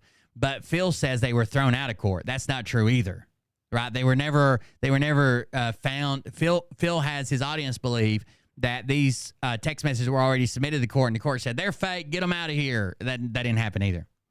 Mr. Godlewski has denied the authenticity of any text messages relating to or referencing having sex with a minor. The alleged former minor with whom Mr. Godlewski is accused of having sexual relations has not been deposed, and the transcripts of the deposition testimony taken in the Scranton Times case do not confirm, suggest, imply, or indicate plaintiff ever had sex with a 15-year-old girl. The alleged former minor with whom Mr. Godlewski is accused of having relations has not been deposed. I don't think that's true. And the transcripts of the deposition testimony taken in the Scranton Times case do not confirm, suggest, imply, or indicate that plaintiff ever had sex with a 15-year-old girl. Yeah, they do. I don't know. Maybe he's saying that Nick never deposed the girl, or it's never been deposed in this case, but she's been deposed in the Scranton Times case, right? Defendant's documentary contains much of the same defamatory material reference supra. Defendants have discussed plaintiff's business partnerships, both in writing and verbally, on podcasts, and have declared that he peddles fraudulent products and services to his customers. Furthermore, the defendants have gone so far as to urge followers to issue complaints against plaintiff to the government and even provide templates instructing viewers how to structure and formulate the complaints. A true and correct copy of the defendant's templates is incorporated as Exhibit H. In response to an email sent to defendant Alvear from plaintiff's counsel, defendant Alvear stated, "No malice to him as a public figure with false info has been presented. They are all facts and have been kept hidden. And me as a journalist and fully allowed to share my discoveries, I can do so here or in court or on my Telegram. It is freedom of speech, right? But trust me, many of us are sharing on the exposure of Phil, and I will gladly take Scranton Times sloppy seconds." That's what he sent in an email back to the attorneys. Defendants have appointed themselves as a de facto jury, informing thousands of people that discovery in the Scranton Times case has exposed Mr. Godlewski as a child molester. On January 2nd, 2024, defendant Alvear posted on X to his 45,208 subscribers that plaintiff had sex with a minor in many vacant homes for sale in Pennsylvania. Plaintiff has vehemently denied under oath doing any such thing. Defendant Alvear has acknowledged that at least 177,000 people have seen his defamatory statements. Defendant Alvear misrepresents that plaintiff was guilty of all charges brought against him in 2010 criminal complaint, and that plaintiff does not have to register as a sex offender because Megan's Law had not yet been enforced. Specifically, in a podcast posted to defendant's Goodline Rumble account titled "Patriots Behind the Mic number 67, The Art of Horror, Phil Godlewski Exposed," rumble.com, defendant Alvear presented a PowerPoint presentation titled "Extraordinary Claims Require Extraordinary Claims."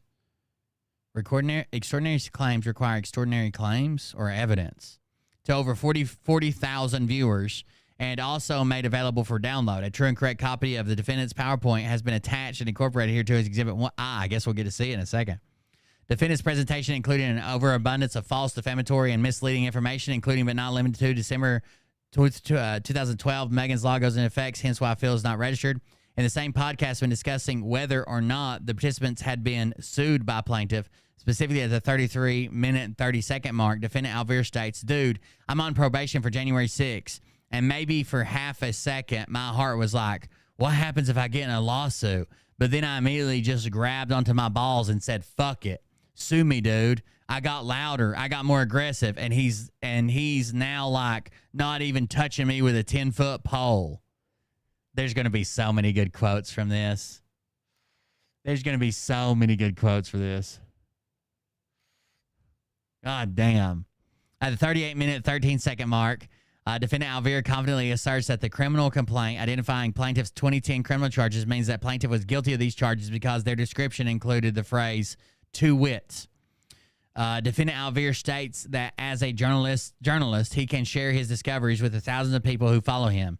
If defendant Alvear were an honest journalist with a modicum of integrity, he would have reported that a misdemeanor was the only charge plaintiff was ever guilty of. Had the defendant bothered to look up the phrase "two wit" in the dictionary, he would have discovered that its presence in a criminal complaint does not automatically imply guilt. It doesn't. It means basically like, in other words, or here's an example of, or whatever. So it'll say like failure to adhere to posted traffic regulations, to wit, the person ignored a yield sign or a change of speed sign or something like that. Instead, defendants have and continue to assert, mislead, fabricate, and or false statements, both in writing, via social media, and verbally on podcasts, and represent such statements to be factual, despite defendants' knowledge that their statements are misleading, fabricated, and or false. Defendants willfully disregard their willful disregard for the truth and dissemination of inaccurate information is being done with malicious intent. Defendants grossly and recklessly departed from accepted journalistic standards before defaming Mr. Godlewski. Defendants deviated from accepted journalistic standards by neglecting to report that the former 15-year-old admitted numerous times that she and the plaintiff did not have a sexual relationship when she was a minor. Moreover, the defendants deviated from accepted journalistic standards by neglecting to report that Megan's Law was actually enacted in 1995 and subsequently enforced in 1996. Defendants further deviated from accepted journalistic standards by continually neglecting and failing to report that plaintiff's plea in 2010 had no relation to sexual misconduct. Instead, defendants generated an outlandish and false narrative aimed at plaintiff's assassination of character. So it's not that Megan's Law went into effect in 98. I know we've all, or in 2000, later on in 2012 or 2011 or whatever. I know we've all repeated that.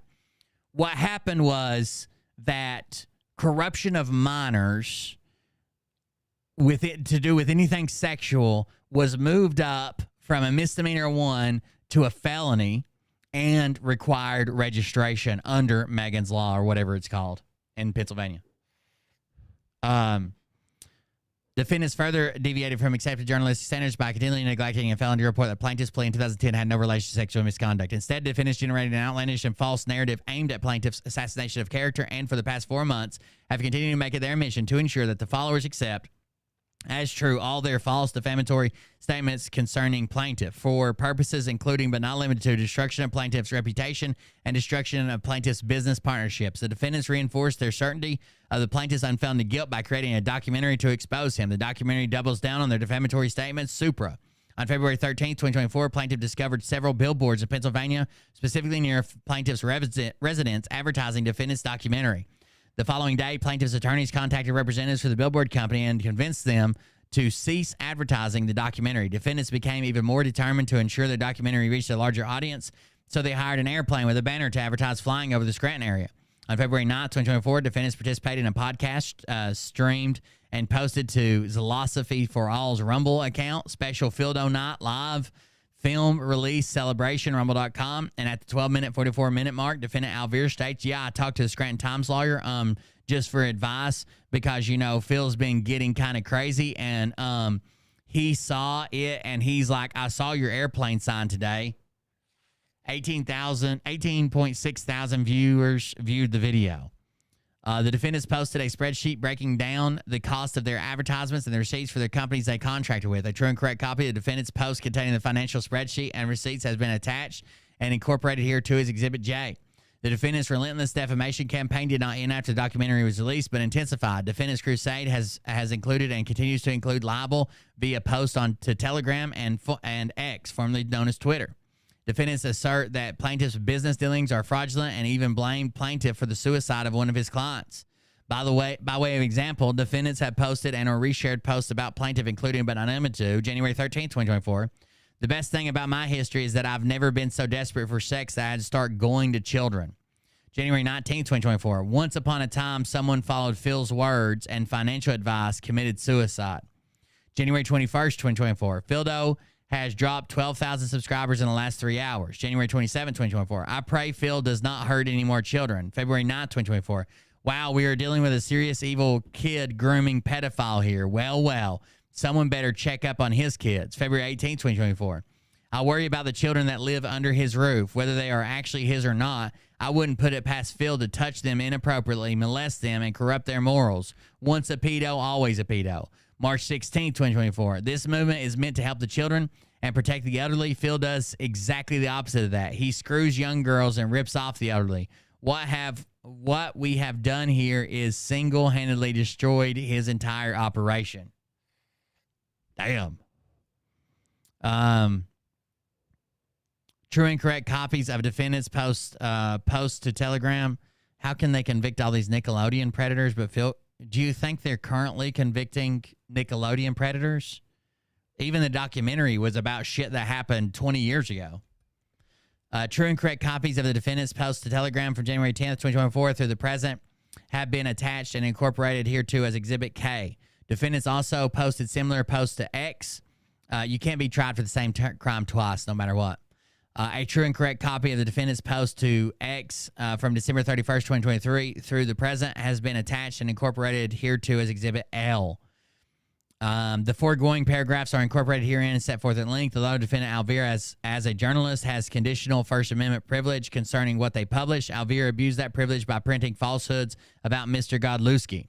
Defendants published the evidence published that the evidence showed that Mr. Godlewski had an illegal sexual relationship with a minor, and that was clear from the evidence in the Scranton Times case. However, defendants' assertions are untrue. The average person reading defendants' publications or hearing Alvira's statements online would understand their defamatory meaning. Because defendants reference plaintiff by name in every post and or podcast, there would not be any doubt that the average person reading the publication would know and or otherwise understand the defendant's post applied to plaintiff. Mr. Godlewski suffered special harm due to defamatory publication as described below. The statement as fact that Mr. Godlewski had sexual intercourse with an underage girl, with underage 15-year-old girl, is imputation of statutory rape, which has blackened his reputation and exposed him to public hatred and grievously injured him in the community of respectable society. Defendants are therefore liable against Mr. Godlewski for defamation per se. The foregoing paragraphs, defendants knew or acted in reckless disregard of their knowledge that the publicized matters were false and would place Mr. Godlewski in a false light. Defendant's publication contains significant misrepresentations of Mr. Godlewski's character, history, and activities that plaintiff did not have and did not do, but which, if believed, would cast him in a false light. Defendants, by the way of their global distribution of their libel and slander as described herein, place Mr. Godlewski in false light, and that would be highly offensive to a reasonable person. Further, the defendant's actions against Mr. Godlewski were done with actual malice. The foregoing paragraphs are hereto incorporated. Defendants' conduct in authorizing the publication of false statements which defendants knew to be false was intentional, reckless, careless, extreme, and outrageous, and made for the sole purpose of causing Mr. Godlewski injury.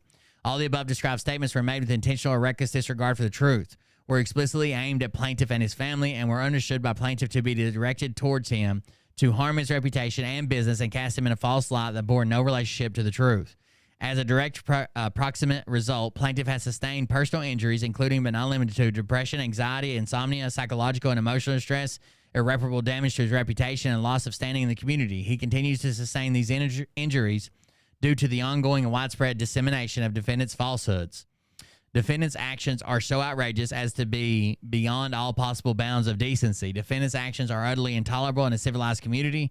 As a direct and or proximate result of the foregoing intentional, reckless, careless, extreme, and outrageous conduct, plaintiff is entitled to recover compensatory damages and punitive damages permitted by law in an amount determined at trial.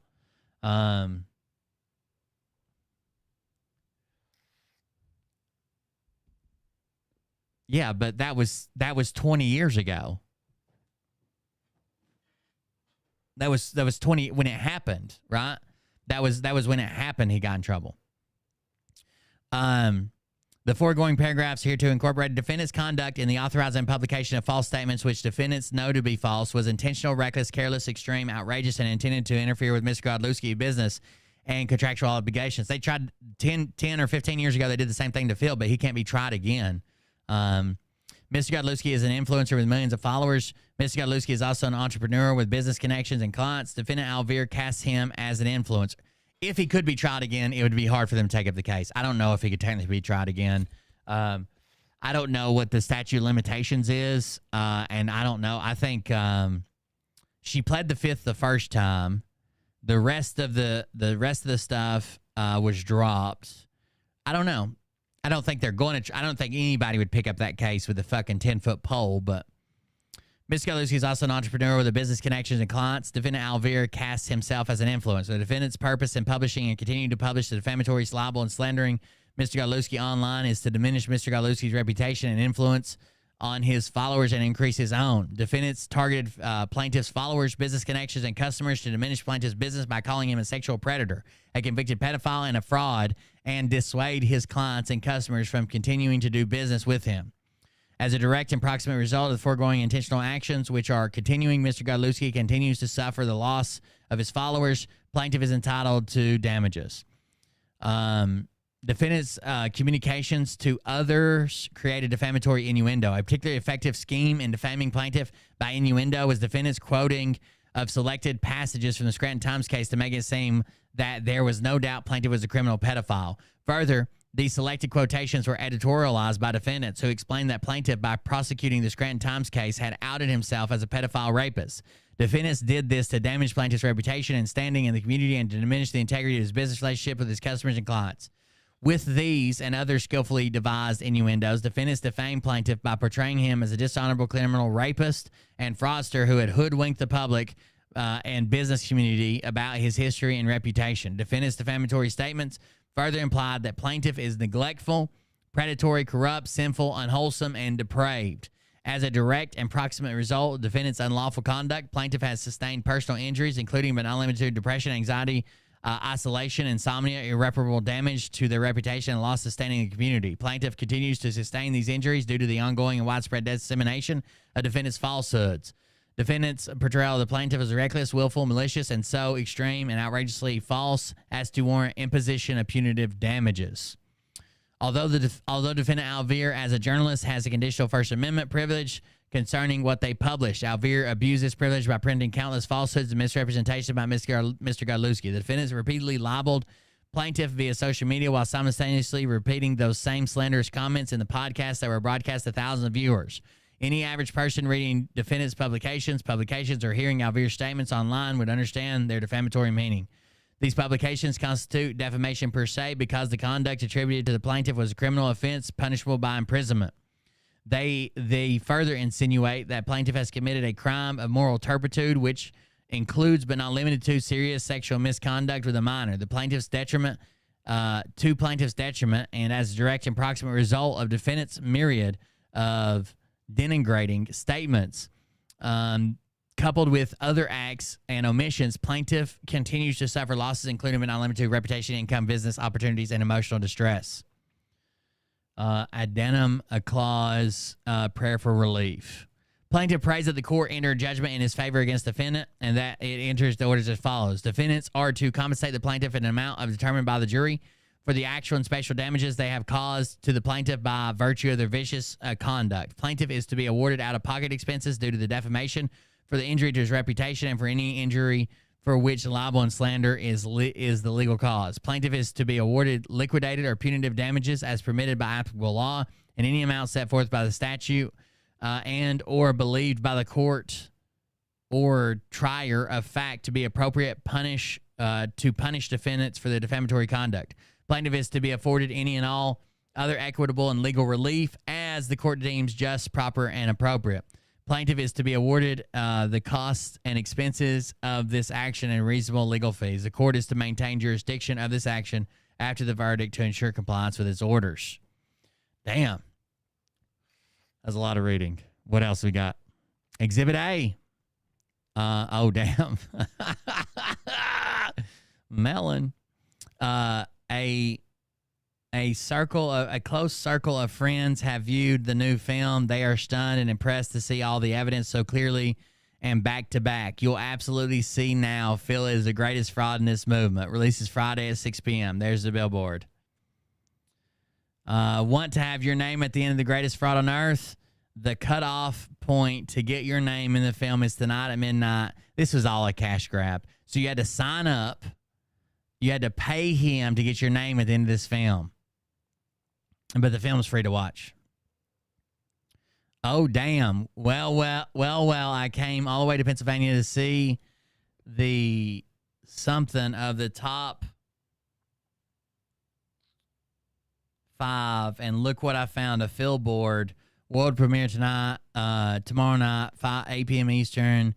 Good on Philosophy for All, Good Line TV. So I decided to get some footage of my new song, Fraudlewski, but make sure, damn it, Exhibit B. The greatest fraud on earth, Phil Galuski story. Welcome back home, pedo fuck. God, he didn't do himself any favors, did he? None. Zero. Oh, yeah. The flyers, airplane banners, and mobile billboard all on release day. Oh, no. Oh, no. 2,000 flyers have arrived and will be distributed in the Wilkes-Barre, Scranton area. Phildo is finished. Melon. Did they do this? Did they get all the pictures with Melon for this, just for this reason? This is going to be so fun in court. Oh, no, Melon. And the judge is going to be like, that son of a bitch catfished me one time for drug money. Uh-oh. We don't mess around with our trolling skills. The Godlewski story. And then there's 2 different videos of the of the fucking plane. Yeah, yay, Phil haters going to want to see this. And now for the big surprise reveal, Wilkes-Barre. Oh, that's where he ran down the plane thing. The tape they were using. There's the mobile billboard. Damn it, boy. Update on Philboards. Lots of questions about Philboards. Before I get to that, 2 weeks of radio, mobile Philboard, airplane, banner, flyers all ran with no interruption. Phildo is grandstanding because he got out of 5 vendors because he got 1 out of 5 vendors to suspend the campaign. And there's their little spreadsheet that doesn't make any fucking sense. It never did. That's their receipts. So this is the Chris Kelly case that was filed. We know about that. It's the whole complaint, though, I'm sure. It's got to be because there's so many pages of this motherfucker.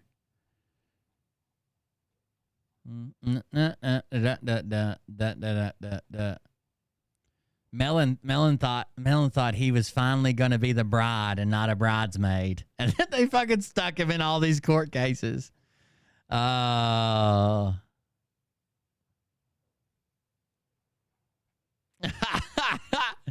There's the article. We've read the article 1,000 fucking times.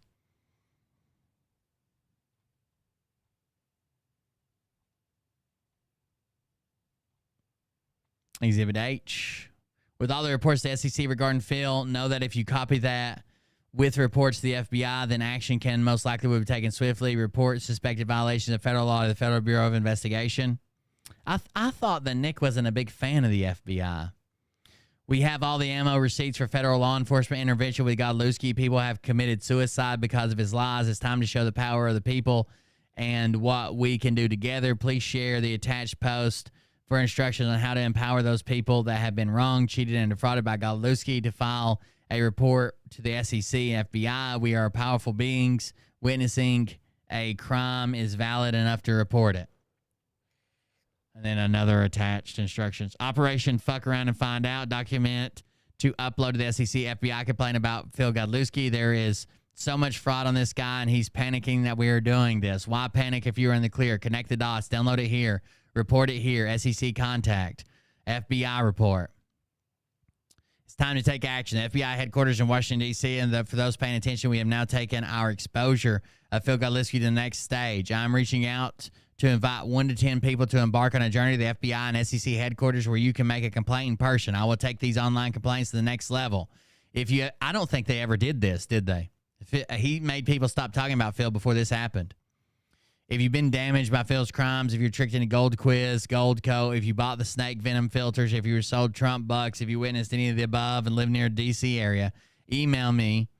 And I'll have everything you need to make a successful trip and complaint. I will pay for gas, food, and lodging if necessary. This is how we take down the cabal. I think he made everybody stop talking before any of that happened. Template for how to report Phil to Godlewski to the SEC. If you're alleging fraud, if you, in your own words, describe the conduct or situation, it's filled out right there on the screen. Template for how to report. Same thing. Same thing. Same thing. Same thing. It's just multiple paragraphs, the same thing. Here's how to fill it out. Complain to law enforcement. Retirement and other accounts of products. Please select the category that best fits. Gold Co. This is the same screen. Exhibit I. Extraordinary claims require extraordinary receipts. I'm sure it wasn't extraordinary claims require extraordinary claims. It's a typo. Phil G and Bree began a sexual relationship. Oh, no. I do remember seeing this now. The timeline. 2008, 2010, Phil G and Bree D began a sexual relationship. Bree's parents find out. Yeah, we've been through these. There's some text messages. There's the Rhea man gets jail time for writing bad checks. Bounces a check. Chris Kelly, QAnon realtor, sells rabbit holes on YouTube. That's the main article. Phil starts a fundraiser to sue the Scranton Times. Phil's defamation case goes completely south. The press writes about him. Bree testifies against him. The text messages from the 2010 court order are found at Verizon and used in this case against Phil and in the lawsuit between Bree and Phil. They weren't found at Verizon. They couldn't get them from Verizon. This is why Nick Alvear knows nothing about the case, right? He's just the puppet that buys the stock footage and does the voiceover like this. The text messages were found at Verizon. Bree didn't even have Verizon. She had AT&T. Second of all, they tried to get them from Verizon. Verizon told them, we don't keep records that long. Sorry. So they had to get a special court order to go to the Lackawanna County DA's office, and that's how they got these sheets of text messages. And you can just read the court orders to figure that out. All you have to do is scroll through them. Like, Jesus Christ, dude. Menza, a lie. Phil's, lies. Bree on Facebook. Properties, all the properties he owns. Next, Good Line Film. Killing puppies. That was the dumbest one. They were like, would you kill a puppy for $1 million or some shit? It's the dumbest thing. Deep dives into deep lies, exposing Phil Godlewski Part 2. What does it mean when someone is projecting? Oh, God. They're analyzing them now. Projection 101. Bree graduated. January 17th, court docs. Projection 101 again. Ariel roasts Phil. Phil Godlewski, another patriot. Pedo bites the dust. Why do these influencers come to my page to die? Linwood roasts Phil. Charlie Ward cancels on Phil. Text messages. People are waking up. Lie 4, inflated numbers, no receipts. Lie 5, Phil's lousy text forging. This is the MySpace message he says clears him of everything. His criminal record shows statutory sexual assault. That's a charge, but okay. They are waking up. Lie 7, a law degree. That is 100% a lie. Lie 8, he's high IQ. Membership.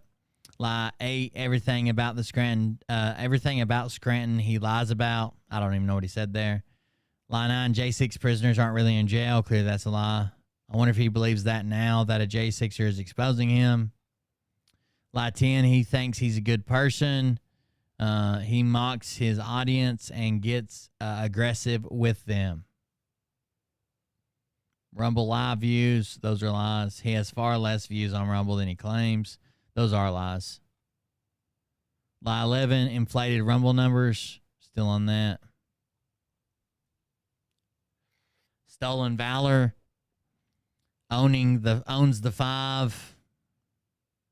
Isn't he the leader of the 5? Rapid fire lies. Rapid fire lies. Rapid fire lies. Fake operations. Tough boy. Mandarin. Oh, God. Their emotional damage shit gets old. The poll is in. 401,317 people unanimously agree Phil is the only pedo in the truther movement. Phil's absolutely dying right now. I think we have a live stream coming in. Yes, here it is. Phil is in panic Mo, this entire truth community is up against him. I don't know that he's panicking. Now, rather than embrace the concern with empathy and apology, remorse, or even explanation, Phil decides to do what he does best, become a victim and justifies his own little head, the reason to attack. Lots of messages. Phildo has dropped 12,000 subs in 3 hours. That was their goal, again, to destroy Phil, not to expose the truth. Typically, journalists don't come out and say their goal is to destroy somebody, right? Their goal is to get the truth to the people. The truth to the people, to expose the truth, and the people should read it, right? It's never to take somebody down or destroy somebody because you hate them or whatever. That's usually not the way they go, but whatever. I fucking hate this guy. I'll put out anything to take him down. I'm a journalist. I got rights. Freedom of speech. 7K medals. All the we've seen all these, but there's a lot of them. Nick Alvear trying to claim he's heterosexual.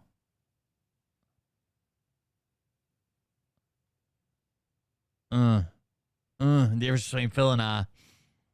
Nick allows freedom of speech, and then 3 weeks later he bans anybody who mentions Phil. Kind of weird, huh? And everybody that helped him make his movie, all his researchers he banned. How fucking weird. He banned Jennifer Winkler because she occasionally donates to me in my show, and she still watches the replays or whatever. Banned her. This is my screenshot. Oh no. This is literally, I put every mark on here. Every mark, except for the blacked out mark there. I did all that. That's my handiwork. Uh-oh. I thought I wasn't going to be in your movie. Looks like I'm going to be in part 2. I'm going to be featured in part 2. Phil goes to court. Oh, no. I just think the hardest thing to prove is the malice, and they went out of their way to show like we hate this fucking guy and we do anything to take him down, or like saying, "Come on, guys, we know he's losing money. His rollovers are down, $10,300. I can tell. That was our goal, right?" No, your goal is to put the truth out there. You do documentaries. Your goal shouldn't be to take down some side business he's running. The fuck? For the record, Phil fucked a 15-year-old. Kimberly was asking. Bro, you just went too far. You got some of that drug that Scott McKay was talking about, semen or whatever. You got hooked.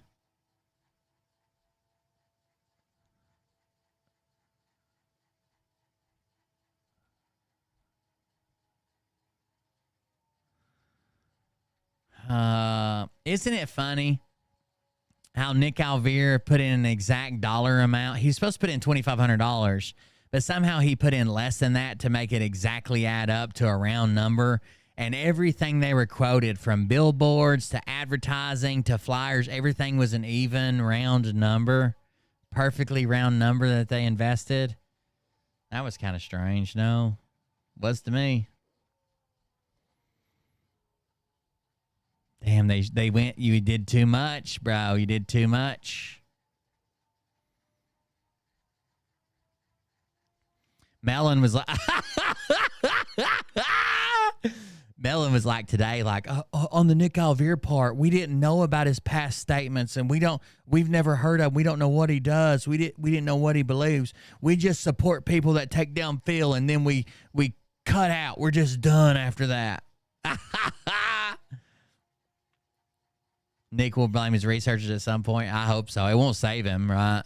Because he has to do due diligence to make it work. But still, I guarantee I'm mentioning some of these. Not like that libtard Will Turd.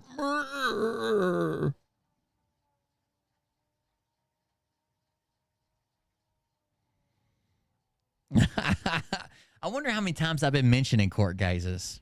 Too many? Probably. I bet you I've been mentioning it in too many court cases to not actually fucking be in any court cases. You know, it's different if you're part of the case. Come on, buddy. You got it. You just went too far. That was it. You got it. These are just repeats of all the posts that we already talked about. A 15-year-old still a child. That was Michelle Moore, Nick's friend. Okay, that's the last one there. Pedophile losing his motion for anti-slap against McCaslin, enjoying the slow motion crumble of this imbecile. I am. So they did update it with stuff that he's recently done. Phil celebrates my wins, so when I expose him as a pedo, he'll celebrate it outwardly. He thought just 2 days ago I didn't have a lawyer. Said he won the case already. Oh, he was wrong. Broke back peddling all day for Phil Fagans. Actually, Phil, whoever runs this Phil page, if it's Phil or whoever else, was like, okay, we're waiting for the judge to rule. He did miss his deadline, but a lot of times they do this. A lot of times they do that. I'll be mentioning your case. Motherfucker, I'm going to be there, okay? I'm going to be sitting behind the little wood table, just hanging out. That's why I'm getting ready. That's why been getting in shape and running on the treadmill. I'm going to come in one of those oversized Speedos that goes over my shoulders. I'll be sitting in a lime green oversized Speedo, but I need Phil there in person. I got something I want to show him. All right, guys, that's the update on Phil Doe and Nick Alvear, Scott McKay, and some other idiots. A Mankini, that's right. You gotta get that California dad bod going. I'm going for that Johnny Sand joins the military body. Thank you guys for joining us. I appreciate it. Thank you for the donations and supports. Hanging out with me. That's great. If you want to contribute to the show, go to coldbeer.fund, coldbeer.fund, coldbeer.fund. Again, thank you for joining us. I appreciate it. I'm going to hop off here and head to the house. We'll be back tomorrow. I should be in a little bit earlier this week. I still got a foot injury, so I've been coming in early. I did start a little bit early, but nowhere close to where I need to be tonight. So hopefully we'll get started before 9 p.m. tomorrow. So be around. More people can watch. They don't have to go to bed early and shit. So thank you guys. Love you. See you. Bye. We'll see you in the next one. No new defendants were added. That would be a different document. It wouldn't be in the document I just read. It would be in a motion to add defendants. But I think we're probably past that point now. It'd probably be a separate thing to add defendants. Have a good night, everybody. Coldbeer.fund. Make a contribution. Swing by the salon for a pre-court mankini wax. I want Phil's name in the negative space. It just says Phil Godlewski in the hairless part. Have a good one, guys. See you on the next one. Support the show. That's how we're funded, by people like you. Love you. See you. Bye. But I can tell you this about if this douchebag happens to see this particular show, I'm basically the Alex Jones of wrangling the retarded homosexual frogs on Telegram. Okay. Telling the rest of the world who Telegram algorithms turning the freaking frogs gay. That's what I am. Okay, Scott. Here we go. I think I started some shit. Listen off, it's about to get lit. Get the place in the best, you know that stage is set. You better buckle up, cause you ain't seen none yet. Here we go, I think I started some shit. Dr. Z is a fucking child. And he likes to suck from the teat of Scott McKay. Now, Scott doesn't produce any milk unless you count that man milk. Those protein injections. That was a pretty good show tonight. Everybody keep an eye on my views. Between Godzilla's got me narrowed down between 3 a.m. and 6 a.m. I buy bots, which means that all the live views add up. Everybody keep an eye. I want to screenshot every hour on the hour. You got me set clocks. Lizard people, alien sex. What's next? Trump in a dress, fucking Flynn on his desk. A retard in a vest, climbing up 5G towers, cause you told him if he did, he... Oh, that's what you guys wanted, wasn't it? Fuck. Hold on. If you guys are still here or not, I don't know. Who knows? Placing them bets, you know that stage is set. You better buckle up, cause you ain't seen none yet. Here we go, I think I started some shit.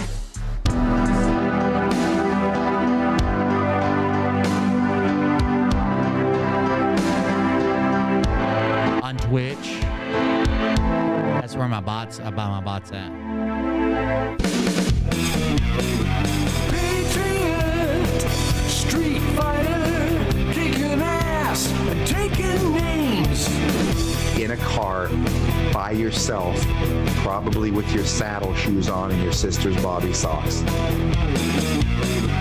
Patriot, meet diver, gonna do a little dance with his tomahawk.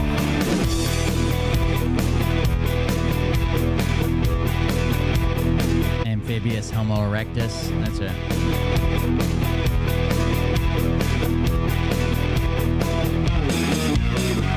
Patriot, meet rider, coming to your town on his motorbike.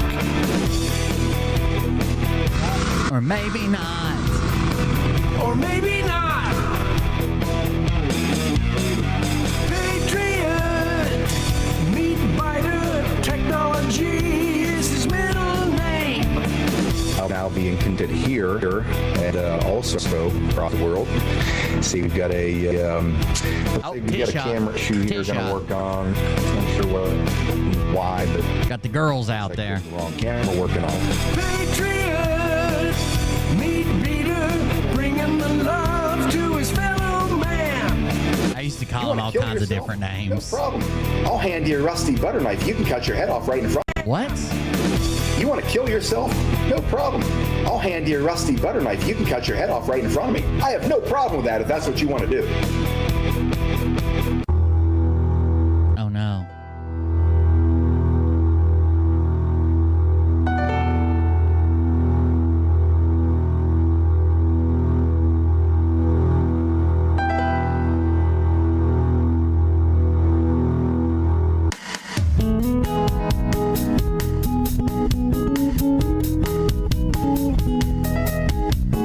Patriot, weak fighter, give us a call, we can do it all.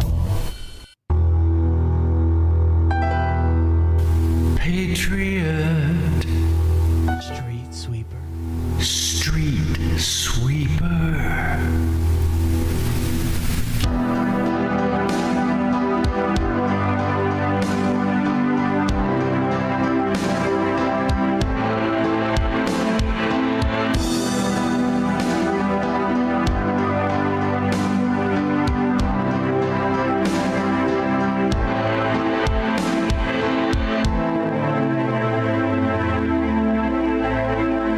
That's right, Johnny.